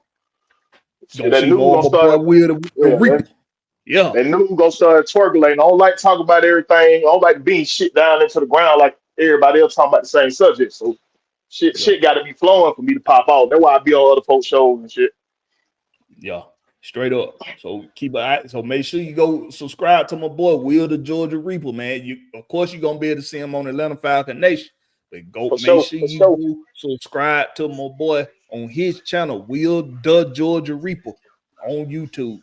We appreciate you for coming through, man. Appreciate everybody that came through when they came through in the chat for commenting and engaging in the conversation.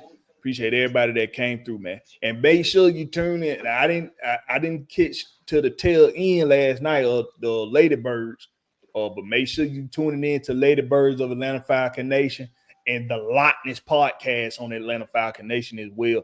Make sure you're tuning in to those shows as well, man. Appreciate everybody for coming through. Y'all make sure y'all make it do what it do and catch us on the flip side. I always forget to play. I got to play that goddamn outro. Yeah, outro. Got to play All that right, outro. Blackberry. I'm gonna holler at you. Bye. Blackberry. All right, man. Y'all take it easy, All man. right, Y'all y'all. hold it down. Yeah. Be cool. Catch us on the Like it don't matter, Hey, Blakberry talk. Yeah, we up, no, we locked in. ATL, we run the game, check the top 10. Birds swinging, hawks fly, Falcons run it back. Every play, every take, yeah, we speaking facts. City behind me, we never gon' fall off. Talking that smoke, got to play like a call off. Falcons in motion, they running that route. Austin transition, we running them out. Rams in the post, yeah, they swinging for real.